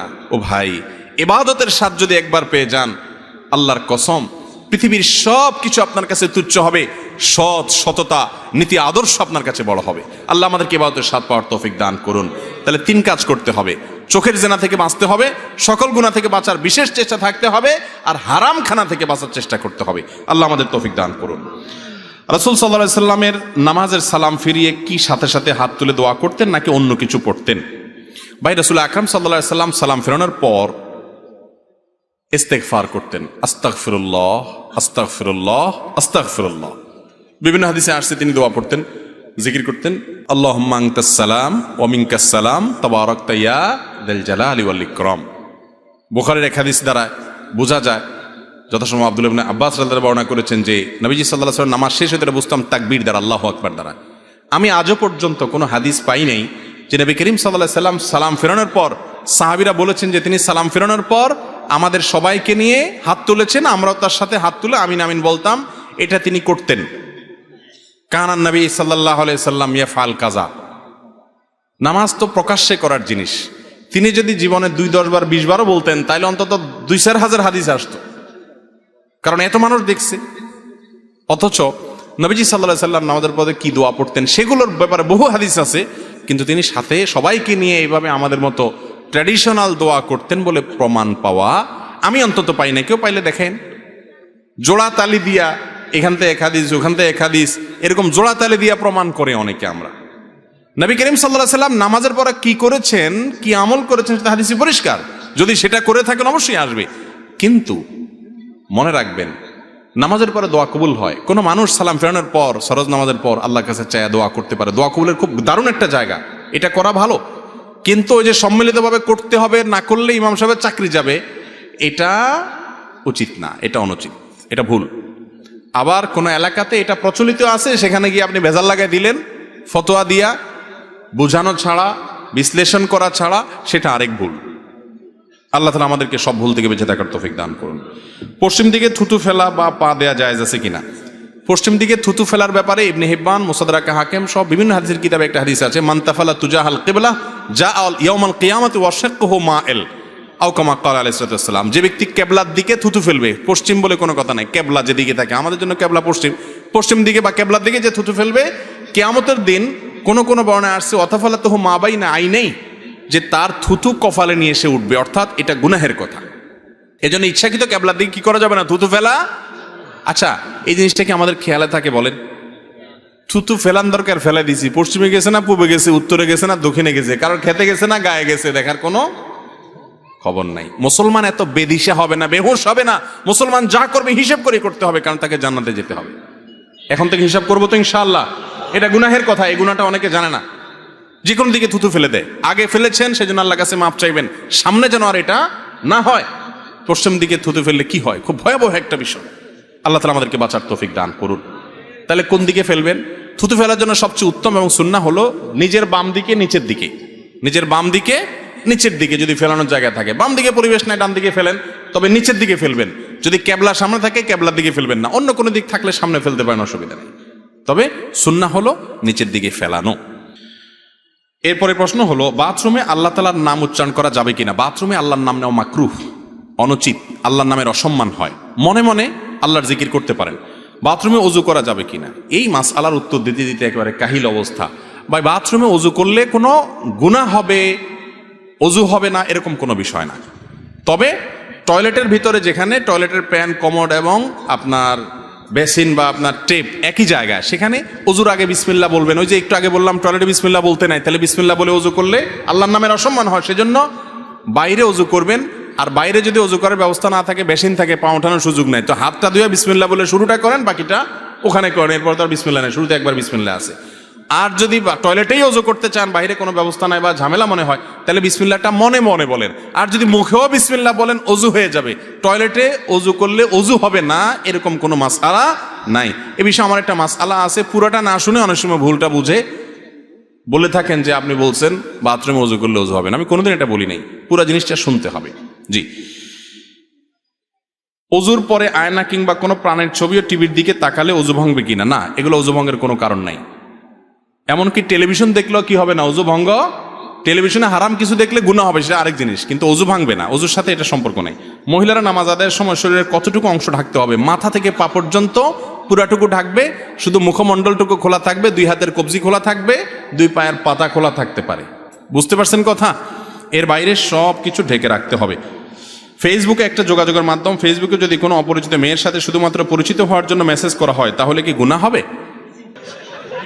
কোনো অপরিচিত মেয়ের সাথে বিনা প্রয়োজনে কেন মেসেজ দিতে যাবেন পরিচিত হওয়ার জন্য? ভাইরা আমার, শয়তান প্রথম বলে যে একটু শুধু জিজ্ঞেস করো, হাই হ্যালো করো, এরপরে শুরু হয় হাই হ্যালো, এরপরে আস্তে আস্তে জিজ্ঞেস করে বাড়ি কোথায়, খায় কি, আস্তে আস্তে আস্তে শয়তান নিচের দিকে নামাইতে থাকে। এরপরে এমন জায়গায় নিয়ে যায় যেখান থেকে আর ফিরে আসার সুযোগ থাকে। যুবক ভাইয়েরা ভালো করে শুনে রাখেন, এই যৌবন যে আল্লাহ দিয়েছেন, ওই আল্লাহর ভয়ে এই হারাম জায়গায় যৌবনকে ব্যয় করবেন না। একটু শক্ত থাকেন, দেখবেন কিয়ামতের ময়দানে যেমন সুখ পাচ্ছেন, দুনিয়াতে দাম্পত্য জীবনে প্রচন্ড সুখ পাচ্ছেন ইনশাআল্লাহ। আর যদি এই ইটিস পিটিস করে দুই নাম্বারই করে নিজের যৌবনকে নষ্ট করেন, তো আসল সময়ে যৌবনের কি পাবেন না, উপকার পাবেন না। আমার মনে হচ্ছে ইসলামের বিধান অনুযায়ী আমার বিবাহ করা ফরজ, কিন্তু আমি স্টুডেন্ট, তাই মা বাবাকে বলতে পারছি না। এখন আমার করণীয় কি? আপনার মা বাবাকে আমার কাছে নিয়ে আসেন, আমার কাছে নিয়ে আসেন। যদি আনতে পারেন কোনো মতে, ইনশাআল্লাহ চাচা চাচিকে আমি বুঝাই নেব, ইনশাআল্লাহ। আর আমার কাছে যদি নিতে পারেন কোনো ভালো আলেম, যিনি বিবাহের ফজিলত বুঝে, গুরুত্ব বুঝাতে পারে, চাচা চাচিকে বুঝাবে, তার কাছে ধরে নিয়ে যান মুরব্বীরে। বুঝতে পারছেন ভাইরা আমার? এই কথা আমি সবসময় বলি, সব জায়গায় বলি, আমার কথা না, নবী করিম সাল্লাল্লাহু আলাইহি সাল্লামের কথা। বিবাহ যদি দেরিতে করা হয়, সমাজ অশান্তিতে ভরে যাবে। এরপরেও বাপ মারা বুঝতে চান না এগুলা। আমাদের যুবকরা জেনা করতে চায় না, হালাল সম্পর্ক রাখতে চায়, উপার্জন করে না। আমার কথা হলো, যে যুবকরা উপার্জন করে না এই অজুহাতে তাদের বাবা মা বিয়ে দেয় না যে নিজের পায়ে দাঁড়াও, মানে অনেক পয়সা করে কামাও, চাকরি টাকরি করো তারপরে বিয়ে করো। আমার কথা হলো, যুবক যদি বিবাহের উপযুক্ত হয়ে যায়, উপযুক্ত ভালো পাত্রী পাওয়া যায়, বিবাহের আগদটা করে দেন, মেয়ে মেয়ের বাড়ি থাকুক, ছেলে ছেলের বাড়ি থাকুক, একটা সম্পর্ক তৈরি হোক, হালাল সম্পর্ক। যেদিন উপার্জন করবে, চাকরি পাবে, ব্যবসা করবে, সেদিন সে মেয়েকে ঘরে তুলে এনে নিয়মতান্ত্রিক সংসার করবে, অন্তত সম্পর্কটা থাকুক। এমনিও সম্পর্ক করবে, হারাম সম্পর্ক করবে, তাহলে সেটা হালাল ভাবেই হোক, ঠিক না বে ঠিক? এটা যদি বাবা মারা বুঝেন তাহলে তো সমস্যার সমাধান হয়। আল্লাহ তাআলা আমাদের বাবা মা এবং চাচা চাচাদেরকে হেদায়েত দান করবো না, আমিন। আমি একবার ঢাকায় কোন একটা প্রোগ্রামে ছিলাম, আমি অবাক হয়েছি। পল্টনে একটা হোটেলের উদ্বোধনী অনুষ্ঠানে তো এক বাপ ছেলে দুজন আসছে, আয়েশার সাথে বলল আমাকে চিনে, ভিডিও দেখে, বক্তব্য শুনে, ভালো কথা। ছেলে বাপে বলল আমার ছেলে, সাথে সাথে ছেলে আমাকে বলল, হুজুর আব্বু সামনে আছে, আব্বুকে বলেন আমাকে বিয়ে দিতে। বহু বলছি, কোনো কথা শুনে না। হুজুর আপনি জীবনে আপনার এভাবে পাবো কল্পনা করি নাই, এখন আপনি ধরেন আব্বুকে বুঝান। আমি চিন্তা করলাম সুবহানাল্লাহ, এই ছেলের কপালে আজকে বাড়িতে মায়ের কি পরিমাণ আছে আল্লাহ ভালো জানে, তবে সে সাহস করছে, মাশাআল্লাহ। তো যাই হোক, আমাদের বাবা মাদের এগুলো বোঝা উচিত এবং আলেমরাও এগুলোর গুরুত্ব বোঝাবেন যে সময় হয়ে গেলে আর বিলম্ব করবেন না, ধ্বংস হয়ে যাবে। এরপরে ছেলে যখন 2 নম্বর পথে যাবে, মেয়ে 2 নম্বর পথে যাবে, তারপরে এসে হুজুরের কাছে তাবিজ চাইবেন, হুজুর ছেলে তো ওই সখিনার হাত ধরে চলে গেছে, মেয়ে তো ওই লিটনের সাথে চলে গেছে। এরপরে হুজুরের কাছে দোয়া চাইবেন, আপনি কাজ করবেন উল্টা পাল্টা, এরপরে দোয়া চাই, কি কাজ হবে? আল্লাহ তাআলা আমাদের মুরব্বীদের বোঝার তৌফিক দান করুন। আমরা দিনের দায়ী হতে চাই, তো আমরা কিভাবে শুরু করব? দিনের দায়ী হওয়ার জন্য 1 নম্বর কাজ হলো, যেটুকু শুনেছেন ভালো করে সঠিকভাবে যাচাই বাছাই করে, প্রয়োজনে কয়েকজন আলেম থেকে শুনে, বই পুস্তক পড়ে, কোরআন হাদিস পড়ে যাচাই বাছাই করে যেটুকু জানছেন সেটুকু বলবেন, আন্দাদুন্দা বলবেন না। অনেক সাধারণ ভাইরা আছেন আজকাল, কোরআন হাদিসের কিছু কথা, কিছু হাদিস কোরআন জানার পরে এমনভাবে ইসলাম প্রচার শুরু করে, বিরাট শেখ, বিরাট আলেম হয়ে যায়, হুজুরের উপরে বড় হুজুর সে। এই রোগ আছে না নাই? তাদের ফতোয়া শুনলে আল্লাহু আকবার, হুজুররা টাসকি খেয়ে বসে থাকে, এরকম ফতোয়া দিয়ে বসে থাকে। তো যুবক ভাইয়েরা বা আমাদের সাধারণ মুসলমান ভাইয়েরা, আপনারাও ইসলাম প্রচার করবেন। নবীজি বলেছেন বাল্লিগু আন্নি ওয়ালাউ আয়া, একটা আয়াত হলে অন্যের কাছে পৌঁছায় দিবেন, কিন্তু যেটুকু জানবেন সেটুকু, মন গড়া না। আল্লাহ তাআলা আমাদেরকে বোঝার তৌফিক দান করুন। আমি নামাজ পড়ি এবং হস্তমৈথুনের ও বদভ্যাসে অভ্যস্ত। আমি চেষ্টা করি এমন এই জঘন্য পাপ থেকে নিজেকে বের করতে, কিন্তু যতবারই অপরাধ করি ততবার চেষ্টা করি এবং তওবা করি। শেখ দয়া করে বলবেন আমি কি নিজেকে কিভাবে পাপ থেকে বিরত রাখতে পারবো? ভাই, এ বিষয়ে এর আগেও বারবার বিভিন্ন যুবকরা বলেছেন। ওয়াল্লাহি, আল্লাহর কসম, আমার খুব ভালো লাগে যখন আমার যুবক ভাইরা এই সমস্ত প্রশ্ন করেন, যে প্রশ্নের মাধ্যমে তিনি ভালো পথে আসার জন্য ছটফট করতে থাকেন। শয়তানের সাথে পারেন না, ইবলিস তাকে অন্যায়ের পথে, হারামের কাছে নিয়ে যায়, তিনি চান একটু আসার জন্য। আল্লাহ তাআলা আমার এই ভাইদেরকে সাহায্য করুন। আল্লাহ আমাদেরকে হারাম থেকে বের হয়ে আসার মতো ইমানি শক্তি দান করুন। ভাইরা আমার, গুনাহ তো আমরা সবাই কম বেশ করি। কয়জন আছেন গুনাহ করার পর গুনাহ থেকে বাঁচার জন্য ছটফট করেন, তওবা করার জন্য? তো এই সমস্ত ভাইয়েরা যারা তওবার জন্য ছটফট করেন, আমি তাদের ব্যাপারে সুধারণা রাখি, আমার আল্লাহ তাদেরকে তওবার তৌফিক দিবেন ইনশাআল্লাহ। যারা পাপ করার পর, অপরাধ করার পর কোনো সেন্স নাই, কোনো হিতাহিত, কোনো ভালো মন্দ ধারণা নাই, অপরাধ বোধ নাই, অপরাধের অদৃশ্য দাহন তার ভিতরে হয় না, এই ব্যক্তি অপরাধ থেকে ছুটে আসা অনেক কঠিন হয়। অপরাধ করতে করতে অপরাধের ব্যাপারটাতে এতটা বেপরোয়া হয়ে যায়, তার কাছে অপরাধ ডাইলবাত হয়ে যায়। এটা খুব ডেঞ্জারাস আলামত। তওবা নসিব হয় কম, চোখের পানি ফেলেন যে আল্লাহ পাপ তো করি, তোমার কাছে দিলটা নরমও হয় না। আল্লাহ আমাদেরকে গুনাহ থেকে সরে আসার তৌফিক দান করুন। হস্তমৈথুনের এই গুনাহের সাথে আমাদের অনেক ভাইরা জড়িত, অনেক ভালো কাজ আছে, কিন্তু এখান থেকে বাঁচতে পারে না। ভাই, 1 নম্বর কথা হলো, মোবাইল থেকে সমস্ত খারাপ জিনিস ফরম্যাট করে ডিলিট করে দেন। যদি সৎসাহস না থাকে বা মনে হয় যে আবার মোবাইলে সেটা চলে আসবে, মোবাইলটা বিক্রি করে একটা বাটনওয়ালা মোবাইল নেন যেখানে কিছু থাকবে না। একটু কঠিন হবে, কিন্তু হিম্মত করে আল্লাহর জন্য ত্যাগ করেন না। একটু ত্যাগ করলে, প্রিয় মানুষের জন্য ত্যাগ করলে ভালো লাগে, আল্লাহর জন্য ত্যাগ করলে আপনার ভালো লাগে কাজ করবে। এর পাশাপাশি নির্জনতা অবলম্বন করবেন না। হস্তমৈথুন যারা এই বদভ্যাসে অভ্যস্ত হয়, নির্জন কক্ষে থাকলে তখন এই বদভ্যাসে অভ্যস্ত হয়। নির্জন থাকবেন না, বন্ধু বান্ধব, মুরব্বী এবং বাপ মা ভাই বোন সবার মধ্যে থাকবেন। একাকিত্ব অবলম্বন করবেন না, কারণ একাকিত্ব হলে শয়তান এটা করা। বেশি না, 2-4 মাস যদি একটু কষ্ট করে স্ট্রাগল করে মোবাইল টোবাইল ফেসবুক ইউটিউব এগুলো থেকে সরে থাকতে পারেন, হারাম সম্পর্ক থেকে দূরে থাকতে পারেন। খারাপ জিনিস দেখলে মানুষ হস্তমৈথুনের দিকে বেশি যায়, যুবকরা খারাপ জিনিস যেন দেখতে না পারেন সে রাস্তা বন্ধ করে ফেলেন। বেশি না, 1 মাস এক্সারসাইজ করেন, ইনশাআল্লাহ অবদভ্যাস দূর হয়ে যাবে। আর আল্লাহর কাছে দোয়াও করবেন, চোখের পানি ফেলবেন, মালিক আমি সরে আসতে চাই, তুমি সাহায্য করো। আল্লাহ তাআলা আমাদেরকে সেরকম হিম্মত এবং শক্তিশালী দান করেন। মানি রুকু থেকে দাঁড়িয়ে 2 সেজদার মাঝখানে এবং রুকু সেজদা দেরি না করলে নামাজ হবে কিনা? সেজদার মাঝখানে এবং এই সময়গুলোতে যদি কেউ সোজা হয়ে না দাঁড়ায় নামাজ হবে না, নামাজ হবেই না। অনেকে আছে রুকু থেকে এইভাবে একটু সোজা হয়ে আবার সাথে সাথে সেজদা চলে যায়, সেজদা থেকে সোজা উঠতে না বসতে আবার সেজদা চলে যায়, নামাজ হবে না। সাফ কথা, আমার কথা না, সারা বিশ্বের সমস্ত আলেমদের মত এটা। কথা কি বুঝতে পারছেন? এত ডেঞ্জারাস বিষয়। তুফান মেল যারা নামাজ পড়েন তারা ভালো করে শুনে রাখেন। এক ব্যক্তি এরকম নামাজ পড়ছে, নবীজি ডাকছেন, ডেকে বলছে আবার নামাজ পড়ো। কয়েকবার পড়াইছে, উনি যাই এরকম তাড়াতাড়ি করে উনি বুঝেন না। তখন নবীজিকে তিনি বললেন, ইয়া রাসূলুল্লাহ আমি তো ইচ্ছে ভালো পারি না। তখন তিনি বললেন, রুকু থেকে উঠে সোজা টান হয়ে দাঁড়াবা, এরপর একটু অপেক্ষা করে তারপর সেজদা যাবা। সেজদা থেকে উঠে সেজদা গিয়ে একটু অপেক্ষা করবা, সেজদার তাসবিহ পড়ার পর উঠে সোজা হয়ে বসে টান হয়ে সোজা হয়ে একটু অপেক্ষা করবা, তারপর সেজদা যাবা। আর যদি উঠে সাথে সাথে চলে যাও, কোনো অপেক্ষা না করো, নামাজ হবে না। কথা কি বুঝতে পারছেন? খুব ডেঞ্জারাস বিষয়। মসজিদের মাইকে হারানো জিনিসে কথা বলা যাবে কিনা? যাবে না, এটা জঘন্য গুনাহের কথা। অনেক মসজিদে এটা হয়। মসজিদের মাইকে কোনো হারানো জিনিসের ঘোষণা দেওয়া যাবে। জাতীয় কোনো ইস্যু, গোটা সমাজের কোনো ইস্যু, মানুষ কোনো বিপদের মুখে পড়ছে, মানুষকে বিপদের হাত থেকে বাঁচানোর জন্য মাইক থেকে আপনি সতর্ক করেছেন, সেটা ভিন্ন জিনিস, সেটা জায়েজ আছে। কিন্তু হারানো জিনিসের ঘোষণা মসজিদ থেকে দেওয়া যায় না। নবীজি সাল্লাল্লাহু আলাইহি ওয়াসাল্লাম বলেছেন, কেউ যদি মসজিদে কোনো হারানো জিনিসের ঘোষণা দেয়, তোমরা তার জন্য বদদোয়া করবে, আল্লাহ তোমার জিনিসটা ফেরত না দেখ। যারা মসজিদের মাইকে গায়ের জোরে এসব ঘোষণা দিবে, আপনারা যার যার বাসা বাড়ি থেকে সবাই মিলে বদদোয়া করবেন যে তোমার জিনিসটা না পাও তুমি। এরপরে প্রশ্ন হলো, কোনো গুনার জন্য যদি আমি তওবা করি এবং সেই গুনার কাজ যদি আমি পুনরায় করে ফেলি, তাহলে আমি কি করব? গুনাহের কাজ থেকে তওবা করার পর যদি আবার তওবা ভেঙে যায়, আবার তওবা করবেন। এভাবে করতে করতে চলতে হবে। আরে ইয়ে কুস্তি তো হয় অমর ভর কি, কবি ও দাবালে কবি তু দাবালে। শয়তানের সাথে লড়াই তো মরণ পর্যন্ত হবে। আপনি তওবা করে জিতে গেছেন, ও আবার আপনাকে গুনাহ করে নামাই দিছে, আবার তওবা করে উঠে যাবেন।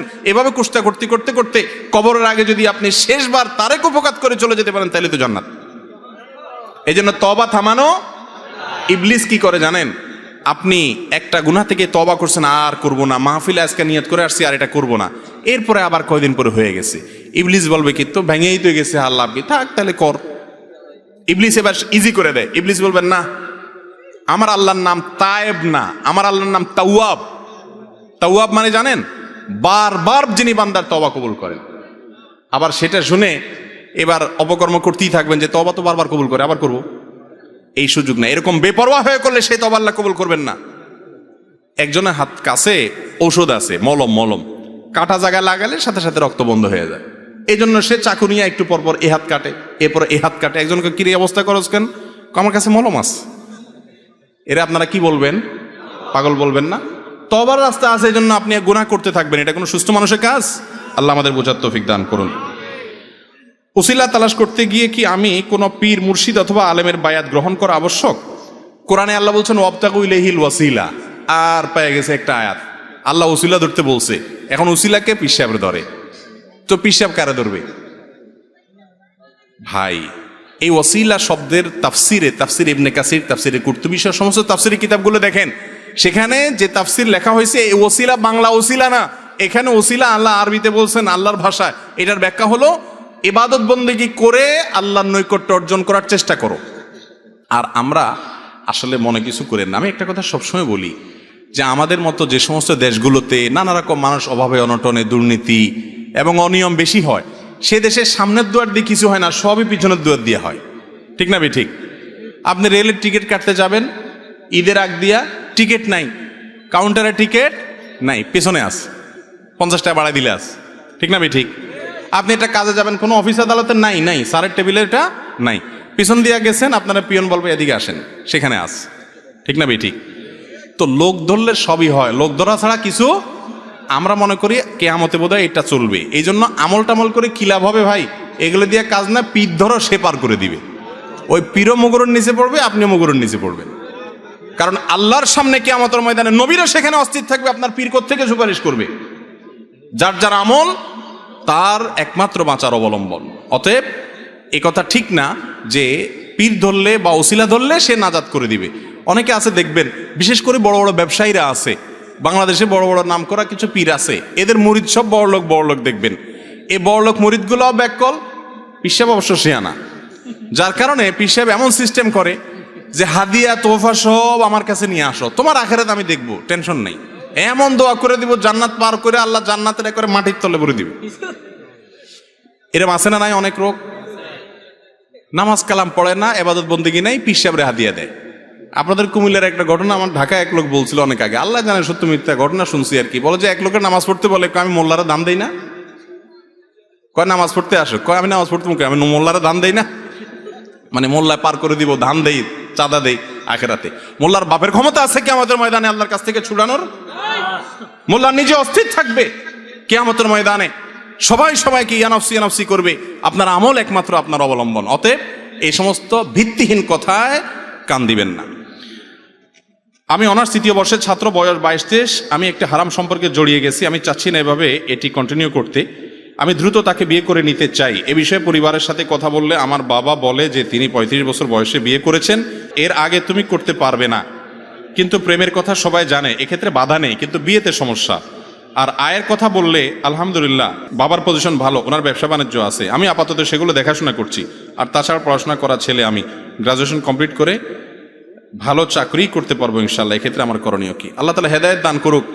বাপ বলে 35 বছর বিয়ে করছে, এটা তো মিলে না কথা। আগের যুগের মুরব্বীরা কি এত দেরিতে বিয়ে করতো? খুব কম, খুব কম।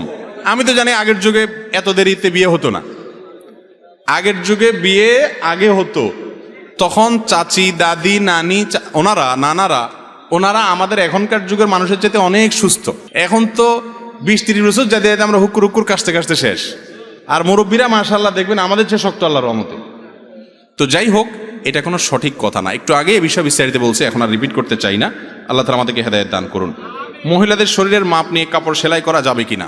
যারা টেইলার্স আছেন ভাই, মহিলাদের কাপড়ের ব্যাপারে মনে রাখবেন, কাপড় তাদের রেডিমেড বাসা থেকে কোনো কাপড় আনলে সেটার মাপ নিয়ে কাপড় বানাবেন। তাদের শরীর থেকে সরাসরি টাচ করে মাপ নেবেন না। যদি নিতে হয় কোনো মহিলাকে ব্যবহার করবেন, আর না হলে যাতে করে পর্দার খেলাপ কোনোভাবে না হয়, টাচ করে আপনি কাপড়ে মাপ নিবেন না। এ ব্যাপারে মা বোন যারা আছেন, আপনারা যারা তাদের অভিভাবক পুরুষরা আছেন, আপনাদের আত্মসম্মান বোধ থাকা উচিত। আপনার স্ত্রী কাপড়ে মাপ দিতে যাবে, ওই টেইলার্স বেটা তার শরীরে যখন হাত দিয়ে মাপ নিতে যাবে, তার মনে বাজে চিন্তা আসবে, ওনাকে নিয়ে উনি জেনা করবে মনে মনে। কিভাবে আপনি সেটা দিতে পারেন? আমি তো এটা চিন্তা করতে পারি না, কোনো আলেম বা কোনো দিনদার মানুষ এটা চিন্তা করতে পারে না। কাপড় দিয়ে দিবেন, তাতে একটু 19-20 হবে, হোক না, তাতে কি? আবার করবেন দরকার হলে। কথা কি বুঝাতে পারছি? সেকুলার শিক্ষা ব্যবস্থায় পড়তে গিয়ে সেখানে আমাদের ইসলাম বিরোধী অনেক থিওরি গেলানো হয়, যেমন নারীবাদ, নারী সহিংসতার পেছনে পর্দা প্রথা, ধর্মীয় গোড়ামিকে দায়ী করা হয়। এছাড়া মৌলবাদ পড়ানোর নামে পরোক্ষভাবে এটা বোঝাতে চায় যে ইসলাম মানেই মৌলবাদ। এখন আমাদের পরীক্ষা পাশ করার জন্য এগুলো পড়তেও লিখতে হয়। এক্ষেত্রে আমাদের করণীয় কি? পরীক্ষা পাশ করার জন্য এগুলা আপনি পড়ছেন, আপনি জানলেন যে শিক্ষার নাম দিয়ে কুশিক্ষা যে আছে, এগুলো আপনি জানলেন, সেই ধারণা নেওয়ার জন্য আপনি পড়েছেন, কিন্তু আপনার এগুলোর প্রতি বিশ্বাস নাই, বরং কিভাবে এগুলো থেকে সমাজকে মুক্ত করা যায় সেই চিন্তা আপনি করছেন। ইনশাআল্লাহ এরকম উদ্দেশ্য যদি থাকে, পরীক্ষায় এগুলো লিখলে গুনাহ হবে না। আল্লাহ তাআলা আমাদের শিক্ষা ব্যবস্থাটাকে এই ধরনের ধ্বংসাত্মক বিষয়গুলো থেকে হেফাজত করার তৌফিক দান করুন। সংশ্লিষ্টদের কাছে আমাদের আবেদন, পর্দাকে যদি কেউ প্রথা বলে, পর্দাকে যদি কেউ তাচ্ছিল্য করে, সে সাথে সাথে বেঈমান হয়ে যাবে। কারণ সূরা নূর, সূরা আহজাব, এই সমস্ত সূরার বিভিন্ন আয়াতের আলোকে পর্দা করা ফরজ। আল্লাহর এই ফরজ বিধান না মানার কারণে পৃথিবীতে সমস্ত অশান্তি। বিভিন্ন দেশে শুনবেন যে মেয়েদের প্রতি পাশবিক নির্যাতন, ধর্ষণ, এগুলো থামাইতে পারে না। পরে বলে কি, ভারতেই বোধহয় দেখছি কোন রাজ্যে নিয়ম করছে যে মেয়েরা প্যান্ট পরতে পারবে না, জিন্সের প্যান্ট। কেন? কারণ সে নিজেকে অশ্লীলভাবে উপস্থাপন করার কারণে এই নির্যাতনের ঘটনা ঘটে। অতএব আসতে হবে কোথায়? ঘুরে ফিরে ইসলামে। উপায় নাই, ওই জায়গায় আসতে হবে। স্ত্রীকে তালাক দেওয়ার পর তওবা করে আবার ফেরত আনা যাবে কিনা, তালাকের সঠিক মাসালা জানতে চাই। তালাক দেওয়ার পর তওবা করে তালাক আনার কোনো সিস্টেম নাই। কাবা শরীফের ইমাম সাহেব, মদিনার ইমাম সাহেব, বাইতুল মুকাররমের ইমাম সাহেব তিনে ইমাম মিলা যদি তওবা পড়ে, তারপরও তালাকের পর আর ফেরত আনার কোনো সিস্টেম। তালাক যদি দেওয়ার সময় হিসাব করে তালাক দেন তাহলে ফেরত আনবে। এবার ইনশাল্লাহ ওয়াজে একটা জায়গায় ওয়াজ করব শুধু তালাক নিয়ে, আমার চিন্তা আছে, প্ল্যান আছে। কারণ এই দেশে মানুষ তালাক দিতে গিয়ে এত ভেজাল করে যেটা বলার মতো না। মনে রাখবেন, কখনো ভুলেও কেউ কারো স্ত্রীকে 3 তালাক এটা মুখের বাহিরে আনবেন না, এটা আনা গুনাহ, হারাম, নাজায়েজ কাজ। স্ত্রীকে তালাক দেয়া লাগলে সর্বোচ্চ 1 বলবেন। আমাদের যখন জোশ উঠে শরীরে, রক্ত যখন উঠে যায় মাথা, কিসের 3 তালাক? তয় 3000 তালাক, বেগুন তালাক, হ্যাঁ, সিম তালাক, স্ত্রীর তালাক, তার বাপ মা 14 গোষ্ঠী সহ তালাক। মাথা নষ্ট হয়ে কি বলে নিজেও ঠিক থাকে না, ঠিক না? ঠিক ধরে শুধু মারা উচিত। আমার এক ওস্তাদ ছিলেন খুলনাতে, এফতা পড়ছি যার কাছে, ওনার কাছে তালাকের মাসালা জিজ্ঞাসা করতে আসলে আমরা দেখতাম একটা ব্যাট থাকতো, কথাবার্তা পরে, আলোচনা পরে, মাসালা পরে শুনতেন। আগে গদির নিচে ব্যাটটা বাইর করে ধুমায়া পিটে নিতেন, এরপরে বলতেন বলো মাসালা কি। কিছু হইলেই বউ তালাক, কিছু হইলেই বউ তালাক, তালাক তালাক, 14 গোষ্ঠী ধরে তালাক। একাধিক বেশি তালাক, একটা তালাক দিলে ফেরত নিতে পারবেন, দ্বিতীয় তালাক দিচ্ছেন তবুও ফেরত নিতে পারবেন, কিন্তু 3টা দিয়ে ফেলেছেন আর ফেরত নেওয়া যাবে না। একসাথে 3টা তালাক দেওয়া গুনাহ। চরিত্রহীন কোনো ব্যক্তিকে ভোট দিয়ে নেতা বানানো যাবে কিনা? যার চরিত্র ভালো নাই এরকম ব্যক্তিকে নেতা বানালে গুনাহ হবে, কারণ সে নিজে চরিত্রহীন, সে নেতা হয়ে চরিত্রহীন কাজ করবে, কোনো ভালো কাজ করবে না। এটা যারা দায়িত্ব এই আমানতের খেয়ানত করবে তারা প্রত্যেকের জন্য দায়ী হবে এবং গুনাহগার হবে। আমাদের সমাজে মসজিদগুলোতে বাচ্চারা আসে, কিন্তু একটু দৌড়াদৌড়ি করলে বা দুষ্টুমি করলে বয়োজ্যেষ্ঠরা ওদেরকে ধমক দেয়, মনে হয় ওরা অনেক বড় অপরাধ করে ফেলেছে। বাবারা, মুরব্বীরা যারা আছেন আমাকে শুনতেছেন, করজোড় করে আপনাদের কাছে বলি, এই কাজটা করবেন না, আল্লাহর কাছে অপরাধী হবেন। বাচ্চারা মসজিদে এসে যদি দুষ্টামিও করে, নিজে নিজে হজম করবেন। বেশি দুষ্টামি করতেছে, বাচ্চার বাপকে ডেকে এনে আলাদা বুঝাই দিবেন যে বাচ্চারা তুমি কন্ট্রোল করো। বাচ্চাকে ধমক দিবেন না, কারণ বাচ্চা মসজিদ থেকে ধমক খাইতে খাইতে মনে করবে যে সমাজের সবচেয়ে খারাপ লোকগুলো মসজিদেই থাকে, ও মসজিদে আর আসবে না। আজকের বাচ্চা আগাদিমের মুসল্লি, সে কি বুড়া হয়ে মসজিদে আসবে নাকি? ছোটবেলা থেকে মসজিদে না আসলে, নবীজি সাল্লাল্লাহু আলাইহি সাল্লাম সেজদায় গেছেন, তার কাঁধের উপরে তার নাতি উঠে বলেছেন রাদিয়াল্লাহু তাআলা আনহু, নবীজি সাল্লাল্লাহু আলাইহি সাল্লাম অপেক্ষা করেছেন, নাতির শখ মিটে গেছে, ঘোড়ার উপরে বসা, এরপরে নিচে নামছে, তারপরে নবীজি সাল্লাল্লাহু আলাইহি সাল্লাম মাথা উঠাইছেন। হাদিসে এটা পাওয়া যায় না। এই সেজদা শেষ করে, নামাজ শেষ করে ফাতেমা রাদিয়াল্লাহু তাআলাকে ডেকে এনে ধমক দিয়েছেন, এই মেয়ে কেন নাতিকে ধরো নাই, আমার নামাজে ডিস্টার্ব হয়েছে, এটা তিনি বলেন নেই। বাচ্চাদের এটুকু ডিস্টার্ব হজম করার ক্ষমতা থাকতে হবে। কেউ কেউ বলে আমাদের আইয়ুব নবী বিবাহের আগে প্রেম করেছেন, তাহলে আমাদের কেন হারাম হবে? বিবাহের আগে আমাদের প্রেম ভালোবাসা হালাল করার কোনো পদ্ধতি আছে কিনা? আউযু বিল্লাহি মিনাশ শাইতানির রাজিম। এটা কেমন কথা রে ভাই? ভালো করে শুনেন, হাসির কথা না। আল্লাহর নবী তার ব্যাপারে যে মিথ্যা অপবাদ দিয়েছেন ভাই, প্রথম কথা হলো আপনি তওবা করেন। আল্লাহর কোন নবী কোন গুনাহে ঠান্ডা মাথা, এই যে এই ধরনের গুনাহ যেগুলো নবীর নবুয়তের উপরে ত্রুটি হতে পারে বা যে কোনো ধরনের গুনাহ, আল্লাহ তাআলা এগুলো থেকে তাদেরকে মাসুম রেখেছেন। কোন গুনাহে এই যে আপনি একটা অপবাদ দিলেন আইয়ুব নবীর কথা, ইউসুফ আলাইহিস সালামের কথা অনেকে বলে, এগুলো ডেঞ্জারাস অপরাধ, মহা অপরাধ, ঈমান যাওয়ার মতো কথা যদি তামাশা করে বলেন, খবরদার। আল্লাহর কোন নবী এরকম কাজ করেন নাই। আইয়ুব আলাইহিস সালামের ব্যাপারে অনেকগুলো ইসরায়েলি রিওয়ায়াত পাওয়া যায়, ইহুদিদের বর্ণনা, সেগুলোতে এই ধরনের অনেক কথা বলা আছে যেগুলো অত্যন্ত ভয়াবহ এবং সঠিক নয়, ভুল, হারাম জিনিস। আল্লাহ তাআলা আমাদেরকে বাঁচার তৌফিক দান করুন। নিজে আকাম করবেন, আবার নবীকে টানতেছেন সেটার জন্য। আস্তাগফিরুল্লাহ। বাংলাদেশে উম্মতের ঐক্যের জন্য সাধারণ মুসল্লিরা কি ভূমিকা পালন করতে পারে, আর আলেম সমাজ কি ভূমিকা পালন করতে পারে? এটা তো 2 ঘন্টার ওয়াজ, সময় নাই। শুধু এটুকু বলি, আপনারা সাধারণ মানুষ হুজুরদের মধ্যে লাগালাগি করবেন না, মেহেরবানি করে। ক্যামেরাওয়ালা ভাইরা আল্লাহর ওয়াস্তে গুতাগুতি লাগাবেন না, খোঁচাখুচি করবেন না। আর আলেম ওলামারা, ওনারা যদি কেউ খোঁচাখুচি করে তাহলে সেই আলেমকে বর্জন করবেন। কথা কি বুঝতে পারছেন?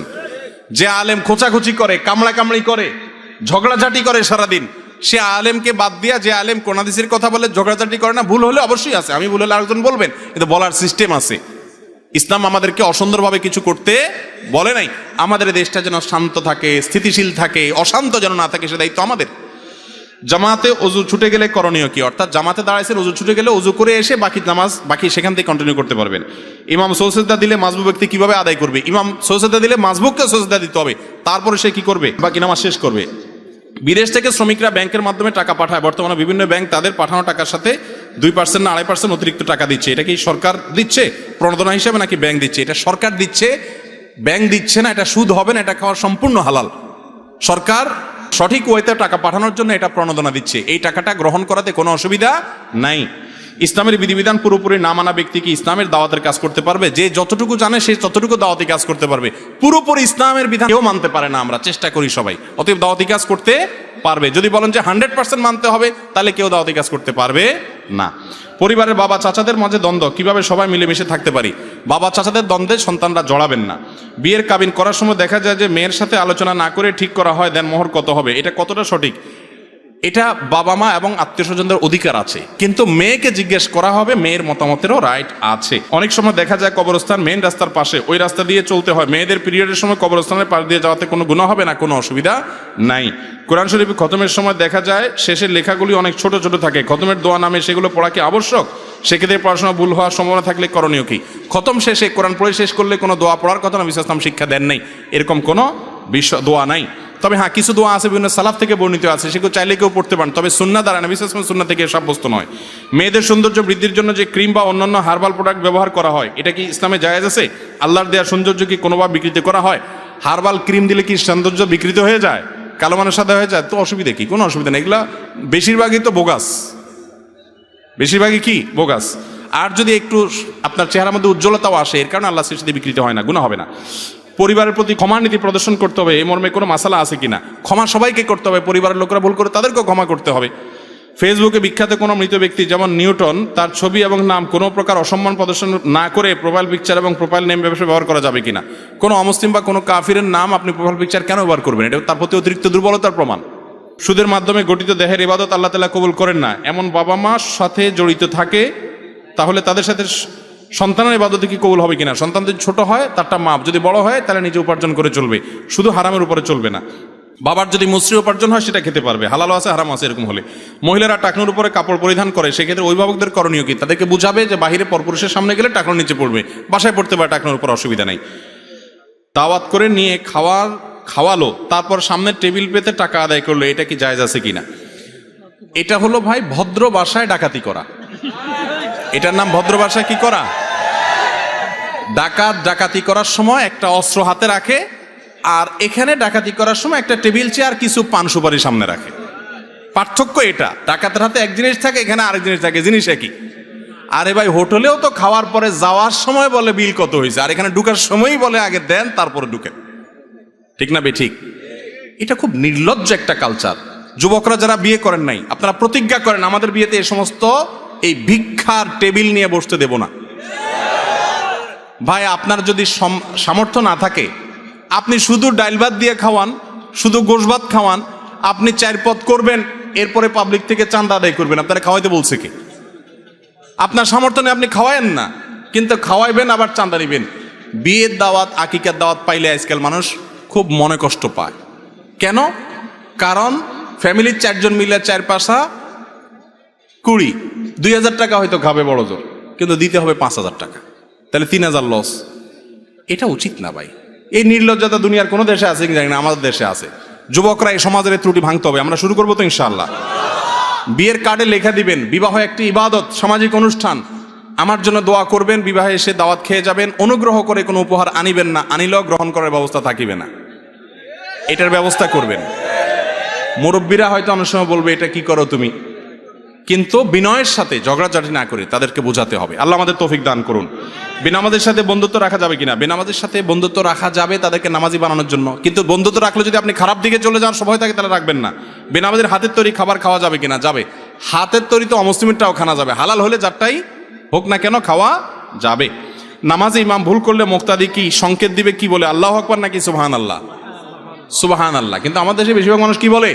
আল্লাহু আকবার। নবীজি বলেছেন আত-তাসবিহু লিন-নিসা ওয়াত-তাসবিহু লির-রিজাল। ইমাম ভুল করলে সুবহানাল্লাহ বলতে হবে পিছন থেকে, আমরা কি বলি? আল্লাহু আকবার বলি, এটা ভুল। একজন ইমাম সাহেব বলেছেন বুকে হাত বাঁধা, রফিয়ে দেন ও জোরে আমিন বলা ইমামের পিছনে নাকি হানাফি মাযহাবের অনুসারীরা নামাজ পড়তে পারবে না। ইমাম সাহেব ভুল বলেছেন যদি এটা বলে থাকেন, কারণ কাবা শরীফে ইমাম সাহেব এই কাজগুলা করেন, তার পিছনে আমরা ওমরা হজ করতে গিয়ে পিছনে নামাজ পড়ি না, তাহলে তো কারো নামাজ হবে না, অতএব এটা ভুল কথা। আচ্ছা, সকল ঈদের বড় ঈদ নাকি ঈদে মিলাদুন্নবী, এই কথা বলা সঠিক কিনা? না ভাই, দুইটা ঈদ ইসলাম দিয়েছে, আর কোনো ঈদ নাই, এটা মন গড়া ঈদ। রাসূলের প্রতি দুরূদ পড়লে অনেক ফজিলত, তাহলে আজানের আগে দুরূদ পড়লে কেন বেদাত হবে? রাসূল সাল্লাল্লাহু আলাইহি সাল্লাম বলেছেন আজানের পরে দোয়ার সময় দুরূদ পড়তে, আপনি আগে পড়লে হবে কেমন? আগেরটা পরে, পরেরটা আগে করলে তো বেদাত হবেই। ঢিলা কুলক ধরে হাঁটাহাঁটি করা, উঠা বসা করা বা পা নাড়িয়ে উঁচু নিচু করা, কাশাকাশি করা কি শরীয়ত সম্মত? হুজুর বলেছেন ঢিলাকুলুক না করলে নাকি সঠিকভাবে পবিত্রতা অর্জন করা যায় না। এই বিষয়ে সঠিকটা জানতে চাই। দেখুন, পবিত্রতা অর্জন করা আবশ্যক। যদি কারোর পেশাব অনেক সময় ধরে পড়ে, তিনি সময় নেবেন, অপেক্ষা করবেন। এক্ষেত্রে যদি কারোর একটু মুভমেন্ট করলে ক্লিয়ার হয়, তাহলে তিনি টয়লেটে ঢুকিয়ে দরজা আটকে করেন অথবা নিজের মতো করে করেন। কিন্তু আপনার রাস্তাঘাটে হাঁটতে হাঁটতে এভাবে মানুষের সামনে করা অবশ্যই দৃষ্টিকটু। এটা কখনো ইসলামের নির্দেশনা নয়। বিশেষ করে অনেক সময় সতরমুক্ত হয়ে যায়। মেয়েদের কাছে বিবাহ পড়ানো কি সুন্নাহ পদ্ধতি কিনা? উকিল বাপ হিসেবে কাকে করা সঠিক? নিজের বাপ থাকতে পারে, কিসের উকিল বাপ? বিয়েতে কোনো উকিল বাপ নাই, আপনারা বিয়ের সময় কোনো উকিল বাপ রাখবেন না। আচ্ছা, এরপরে আসেন, অনেক আলেম বলেন স্ত্রী সবাসের পর ফরজ গোসল না করে নাকি মাটিতে পা দেয়া যায় না। তাহলে কি ঝুলে থাকবে? এবং দুনিয়াবি সকল কাজকর্ম করাও নাকি হারাম। সুবহানাল্লাহ। তো গোসল করবে কেমনে? সেটাও তো একটা দুনিয়াবি কাজই। যেমন ব্যবসা বাণিজ্য, চাকরি, ভাই এগুলো সব মন গড়া মাসালা। মহিলারা তাদেরকে দুর্বল পাইয়া যে কত ফতোয়াবাজি আমাদের দেশে মহিলাদের বিরুদ্ধে চলে, ভুয়া। আবার একই কাজ পুরুষের জন্য কিন্তু না। কি ডেঞ্জারাস কথা চিন্তা করেন, এগুলো ভুয়া। ভাই গোসল ফরজ হলে ফরজ গোসল করার আগ পর্যন্ত অন্য নামাজের কোনো ওয়াক্ত না থাকলে দুনিয়ার কাজ করা যাবে। এই টাইমে ওযু করে নিয়ে তারপর অন্য কাজ করবেন, এটাই সুন্নাত। আর যদি দ্রুত গোসল করে ফেলতে পারেন সেটা বেশি ভালো। নামাজের কাতারে অনেক ফাঁকা ফাঁকা হয়ে দাঁড়ায়, এই ফাঁকা ফাঁকা হয়ে দাঁড়ায় মনে হয় কেউ আবার আসবে, এমন ফাঁকা রাখে, সেই জন্য তার জায়গা রাখে। এটা কি সঠিক কিনা? না, এটা যা উচিত না। নবী সাল্লাল্লাহু আলাইহি ওয়াসাল্লাম বলছেন সুদ্দুল খালাল, কাতারের মধ্যকার ফাঁকা কি করো? বন্ধ করো। অহেতুক বন্ধ ফাঁকা রাখা যাবে না। অনেকে বন্ধ করতে আসলে বলে ভাই গায়ের দিকে ছুটছেন কেন, একটু দূরে দাঁড়ান। এটা ঠিক না, সুন্নাতের খেলাফ। করোনা কোথায়? করোনা পালায় গেছে, করোনা দুনিয়াতে আছে। তাকবীরে তাহরিমের আগে মুসল্লার দোয়া পড়া ও মুখে উচ্চারণ করা, নিয়ত পড়া কি বিদআত? নবীজির যুগে কি মুসল্লা ছিল? তো মুসল্লার দোয়া আসবে কোত্থেকে? মুসল্লার কোনো দোয়া হাদিসে নাই ভাই। মৃত ব্যক্তিকে সামনে রেখে কোরআন খতম দেয়া কি সুন্নত না বেদাত? মৃত ব্যক্তিকে সামনে রেখে কোরআন পড়ার কোনো নির্দেশ নাই। মারা গেলে দ্রুত তাকে কাফন দাফনের ব্যবস্থা করতে হবে, তার জন্য দোয়া করতে হবে। লাশ কাঁধে নেওয়ার সময় 10 কদম পর পর কাঁধ পরিবর্তন করা কি সঠিক পদ্ধতি? না, এর কোনো নির্দেশ শরীয়তে দেওয়া হয়নি। এটা আমাদের নিজেদের, যে আমরা চেঞ্জ করাটাকে জরুরি মনে করি, আমরা নিজেরা বানাইছি। মৃত ব্যক্তিকে দাফন করার পর সম্মিলিতভাবে হাত তুলে কান্নাকাটি করে দোয়া করা কি সঠিক পদ্ধতি নাকি বিদআত? নবীজি সাল্লাল্লাহু আলাইহি সাল্লাম লাশ দাফন করার পরে বলতেন সালু লাহু আত-তাসবিত, তোমাদের ভাইয়ের জন্য আল্লাহর কাছে দোয়া করো যেন সে মুনকার নাকিরের প্রশ্ন উত্তর দিতে পারে। এই জন্য সবাই ইন্ডিভিজুয়াল দোয়া করবেন। নবী সাল্লাল্লাহু আলাইহি সাল্লাম দোয়া করেছেন। এখানে সবাইকে নিয়ে একসাথে দোয়া এবং আরো অন্যান্য দোয়া লম্বা চড়া এরকম কোনো কিছু হাদিস দ্বারা প্রমাণিত না। যেটুকু যেভাবে আসছে সুন্নাত সেটাই করা হলো ইসলাম। মৃত ব্যক্তিকে কেন্দ্র করে 5 দিন, 10 দিন, 40 দিন প্রতি বছর মৃত্যুবার্ষিকী পালন করা কি? এটা হলো আমাদের দেশের সবচেয়ে বড় প্রচলিত বিদআত। হিন্দুদের শ্রাদ্ধ অনুষ্ঠান থেকে এটা আসছে। যুবকরা গুগলে যে শ্রাদ্ধ লিখবেন, দেখবেন যে আমরা যেটা করি মুসলমানরা, এই খাওয়ানি, মৃত্যুর খাওয়ানি সেম ওখান থেকে আসছে। এটা শরীয়তে বলে নাই, বরং যে মারা গেছে তার আত্মীয়দেরকে সবাই খাওয়াবে। আমরা খাওয়াই অবশ্য, 2-4 দিন খাওয়াই, এরপরে শুধু আসলে একসাথে গরু সহ খাই। এটা উচিত না।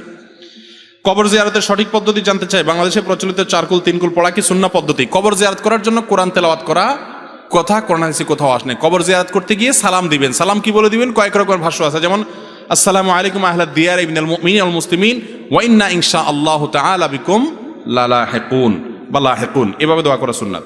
আমার 2 দাদা আছে, তারা হাসরের ময়দানে সুপারিশের জন্য মুরিদ হয়েছে, তাদের উদ্দেশ্যে কিছু বলেন।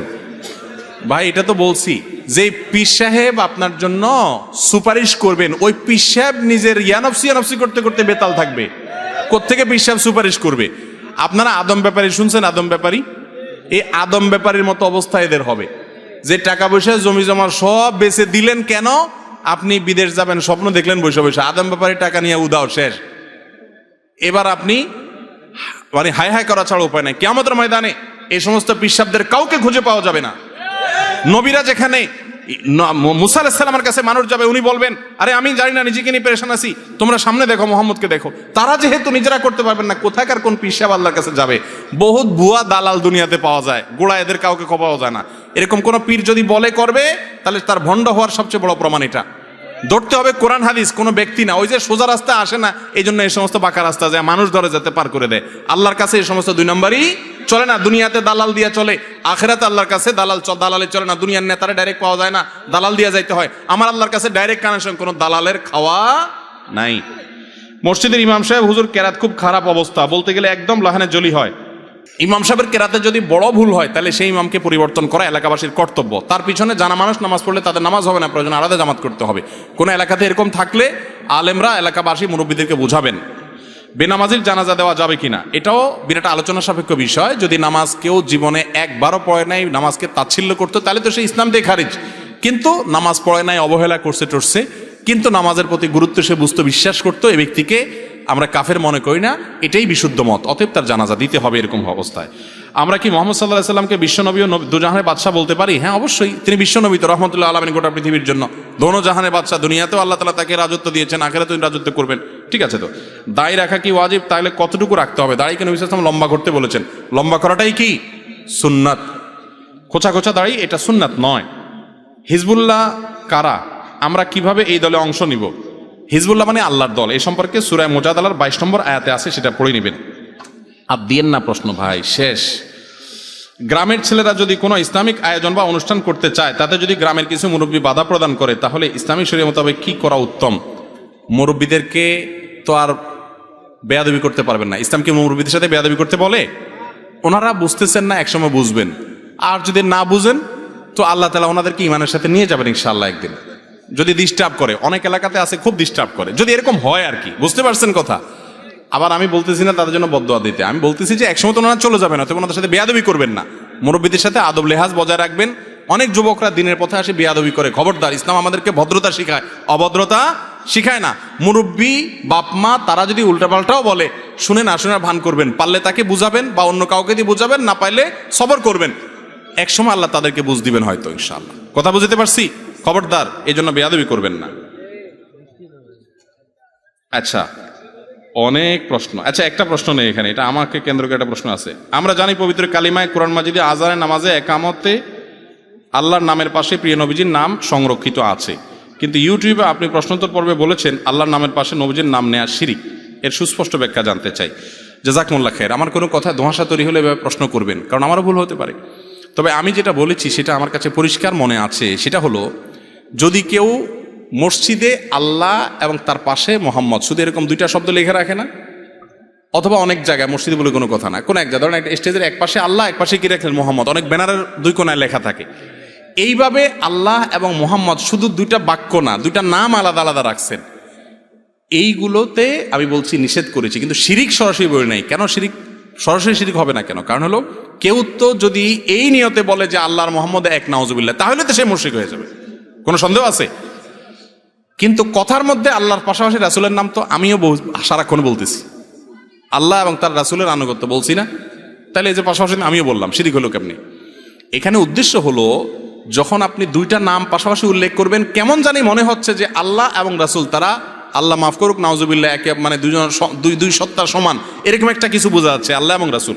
আর যদি আপনার আমি সেখানে প্রশ্নোত্তর বলেছি, যদি উদ্দেশ্য হয় কালিমায়ে তাওহীদের অংশ আল্লাহকে দিয়ে বুঝাইছেন, মোহাম্মদকে দিয়ে রিসালাতের অংশ বুঝাইছেন, তাহলে সেটা জায়েজ আছে। কিন্তু এখানে যেহেতু ভুল ধারণা আসার সম্ভাবনা আছে, এটা না বলা ভালো। এক ব্যক্তি নবী সাল্লাল্লাহু আলাইহি সাল্লামের সামনে এমনভাবে আল্লাহ এবং রাসূলের নাম উল্লেখ করছে পাশাপাশি, যেন তারা দুই সত্তা এক বা কাছাকাছি, মানে আল্লাহর নামের সম্মানার্থে কথার মধ্যে আল্লাহর কথা আসবে, আল্লাহ বলেছেন, এরপর রাসূল বলেছেন, এভাবে তো আসতেই পারে। আশহাদু আল্লা ইলাহা ইল্লাল্লাহ ওয়া আশহাদু আন্না মুহাম্মাদুর রাসূলুল্লাহ, দুই কথা দুইজনের নাম আসছে, এভাবে তো আসতে কোনো অসুবিধা নেই। কিন্তু দুইজনের নামকে যদি এমন, দুই সত্তার নাম যদি এমনভাবে উল্লেখ করেন যেন আল্লাহ রাসূল এক। আমার দেশে অনেক ব্যক্তি আছে যারা মনে করে যে আল্লাহ সে রাসূল, আছে না? না, এরকম অনেক গানও আছে। এভাবে আল্লাহর রাসূলকে যদি এক বানায় ফেলে, তাহলে ঈমান থাকবে? সেটার সন্দেহ যেন না হয়, সেজন্য এইভাবে লিখতে নিষেধ করা হয়েছে। যেটা বলতেছিলাম, নবীজির সামনে এক লোক রাসূল সাল্লাল্লাহু আলাইহি সাল্লামের নাম বলার সময় এমনভাবে বলছে, আল্লাহ এবং তার রাসূল এমনভাবে বলছে, মিলায়া বলছে, পাশাপাশি রেখে মিলায়া বলছে। তখন নবীজি তাকে ডেকে বলছেন, বিসাল খতিবু আনতা, তুমি খুব বাজে বক্তা, খারাপ বক্তা তুমি, কারণ তুমি আল্লাহর নামের সাথে আমাকে মিশিয়ে ফেলছো। আমি সেটা নিষেধ করেছি। আল্লাহ তাআলা আমাদেরকে বুঝার তৌফিক দান করুন। হাদা ওয়া সাল্লি ওয়া সাল্লিম আলা নবিয়িনা মুহাম্মদ ওয়া জাযাকুমুল্লাহু খায়রা। সুবহানাল্লাহি ওয়া বিহামদিহি, বলেন সুবহানাল্লাহি ওয়া বিহামদিহি, সুবহানাকাল্লাহুম্মা আশহাদু আল্লা ইলাহা ইল্লা আনতা আস্তাগফিরুকা ওয়া আতুবু ইলাইক। নিয়মিত ইউটিউব ভিডিও দেখতে সাবস্ক্রাইব করুন। নতুন নতুন ভিডিও পেতে ঘন্টা বাটনটি চাপুন।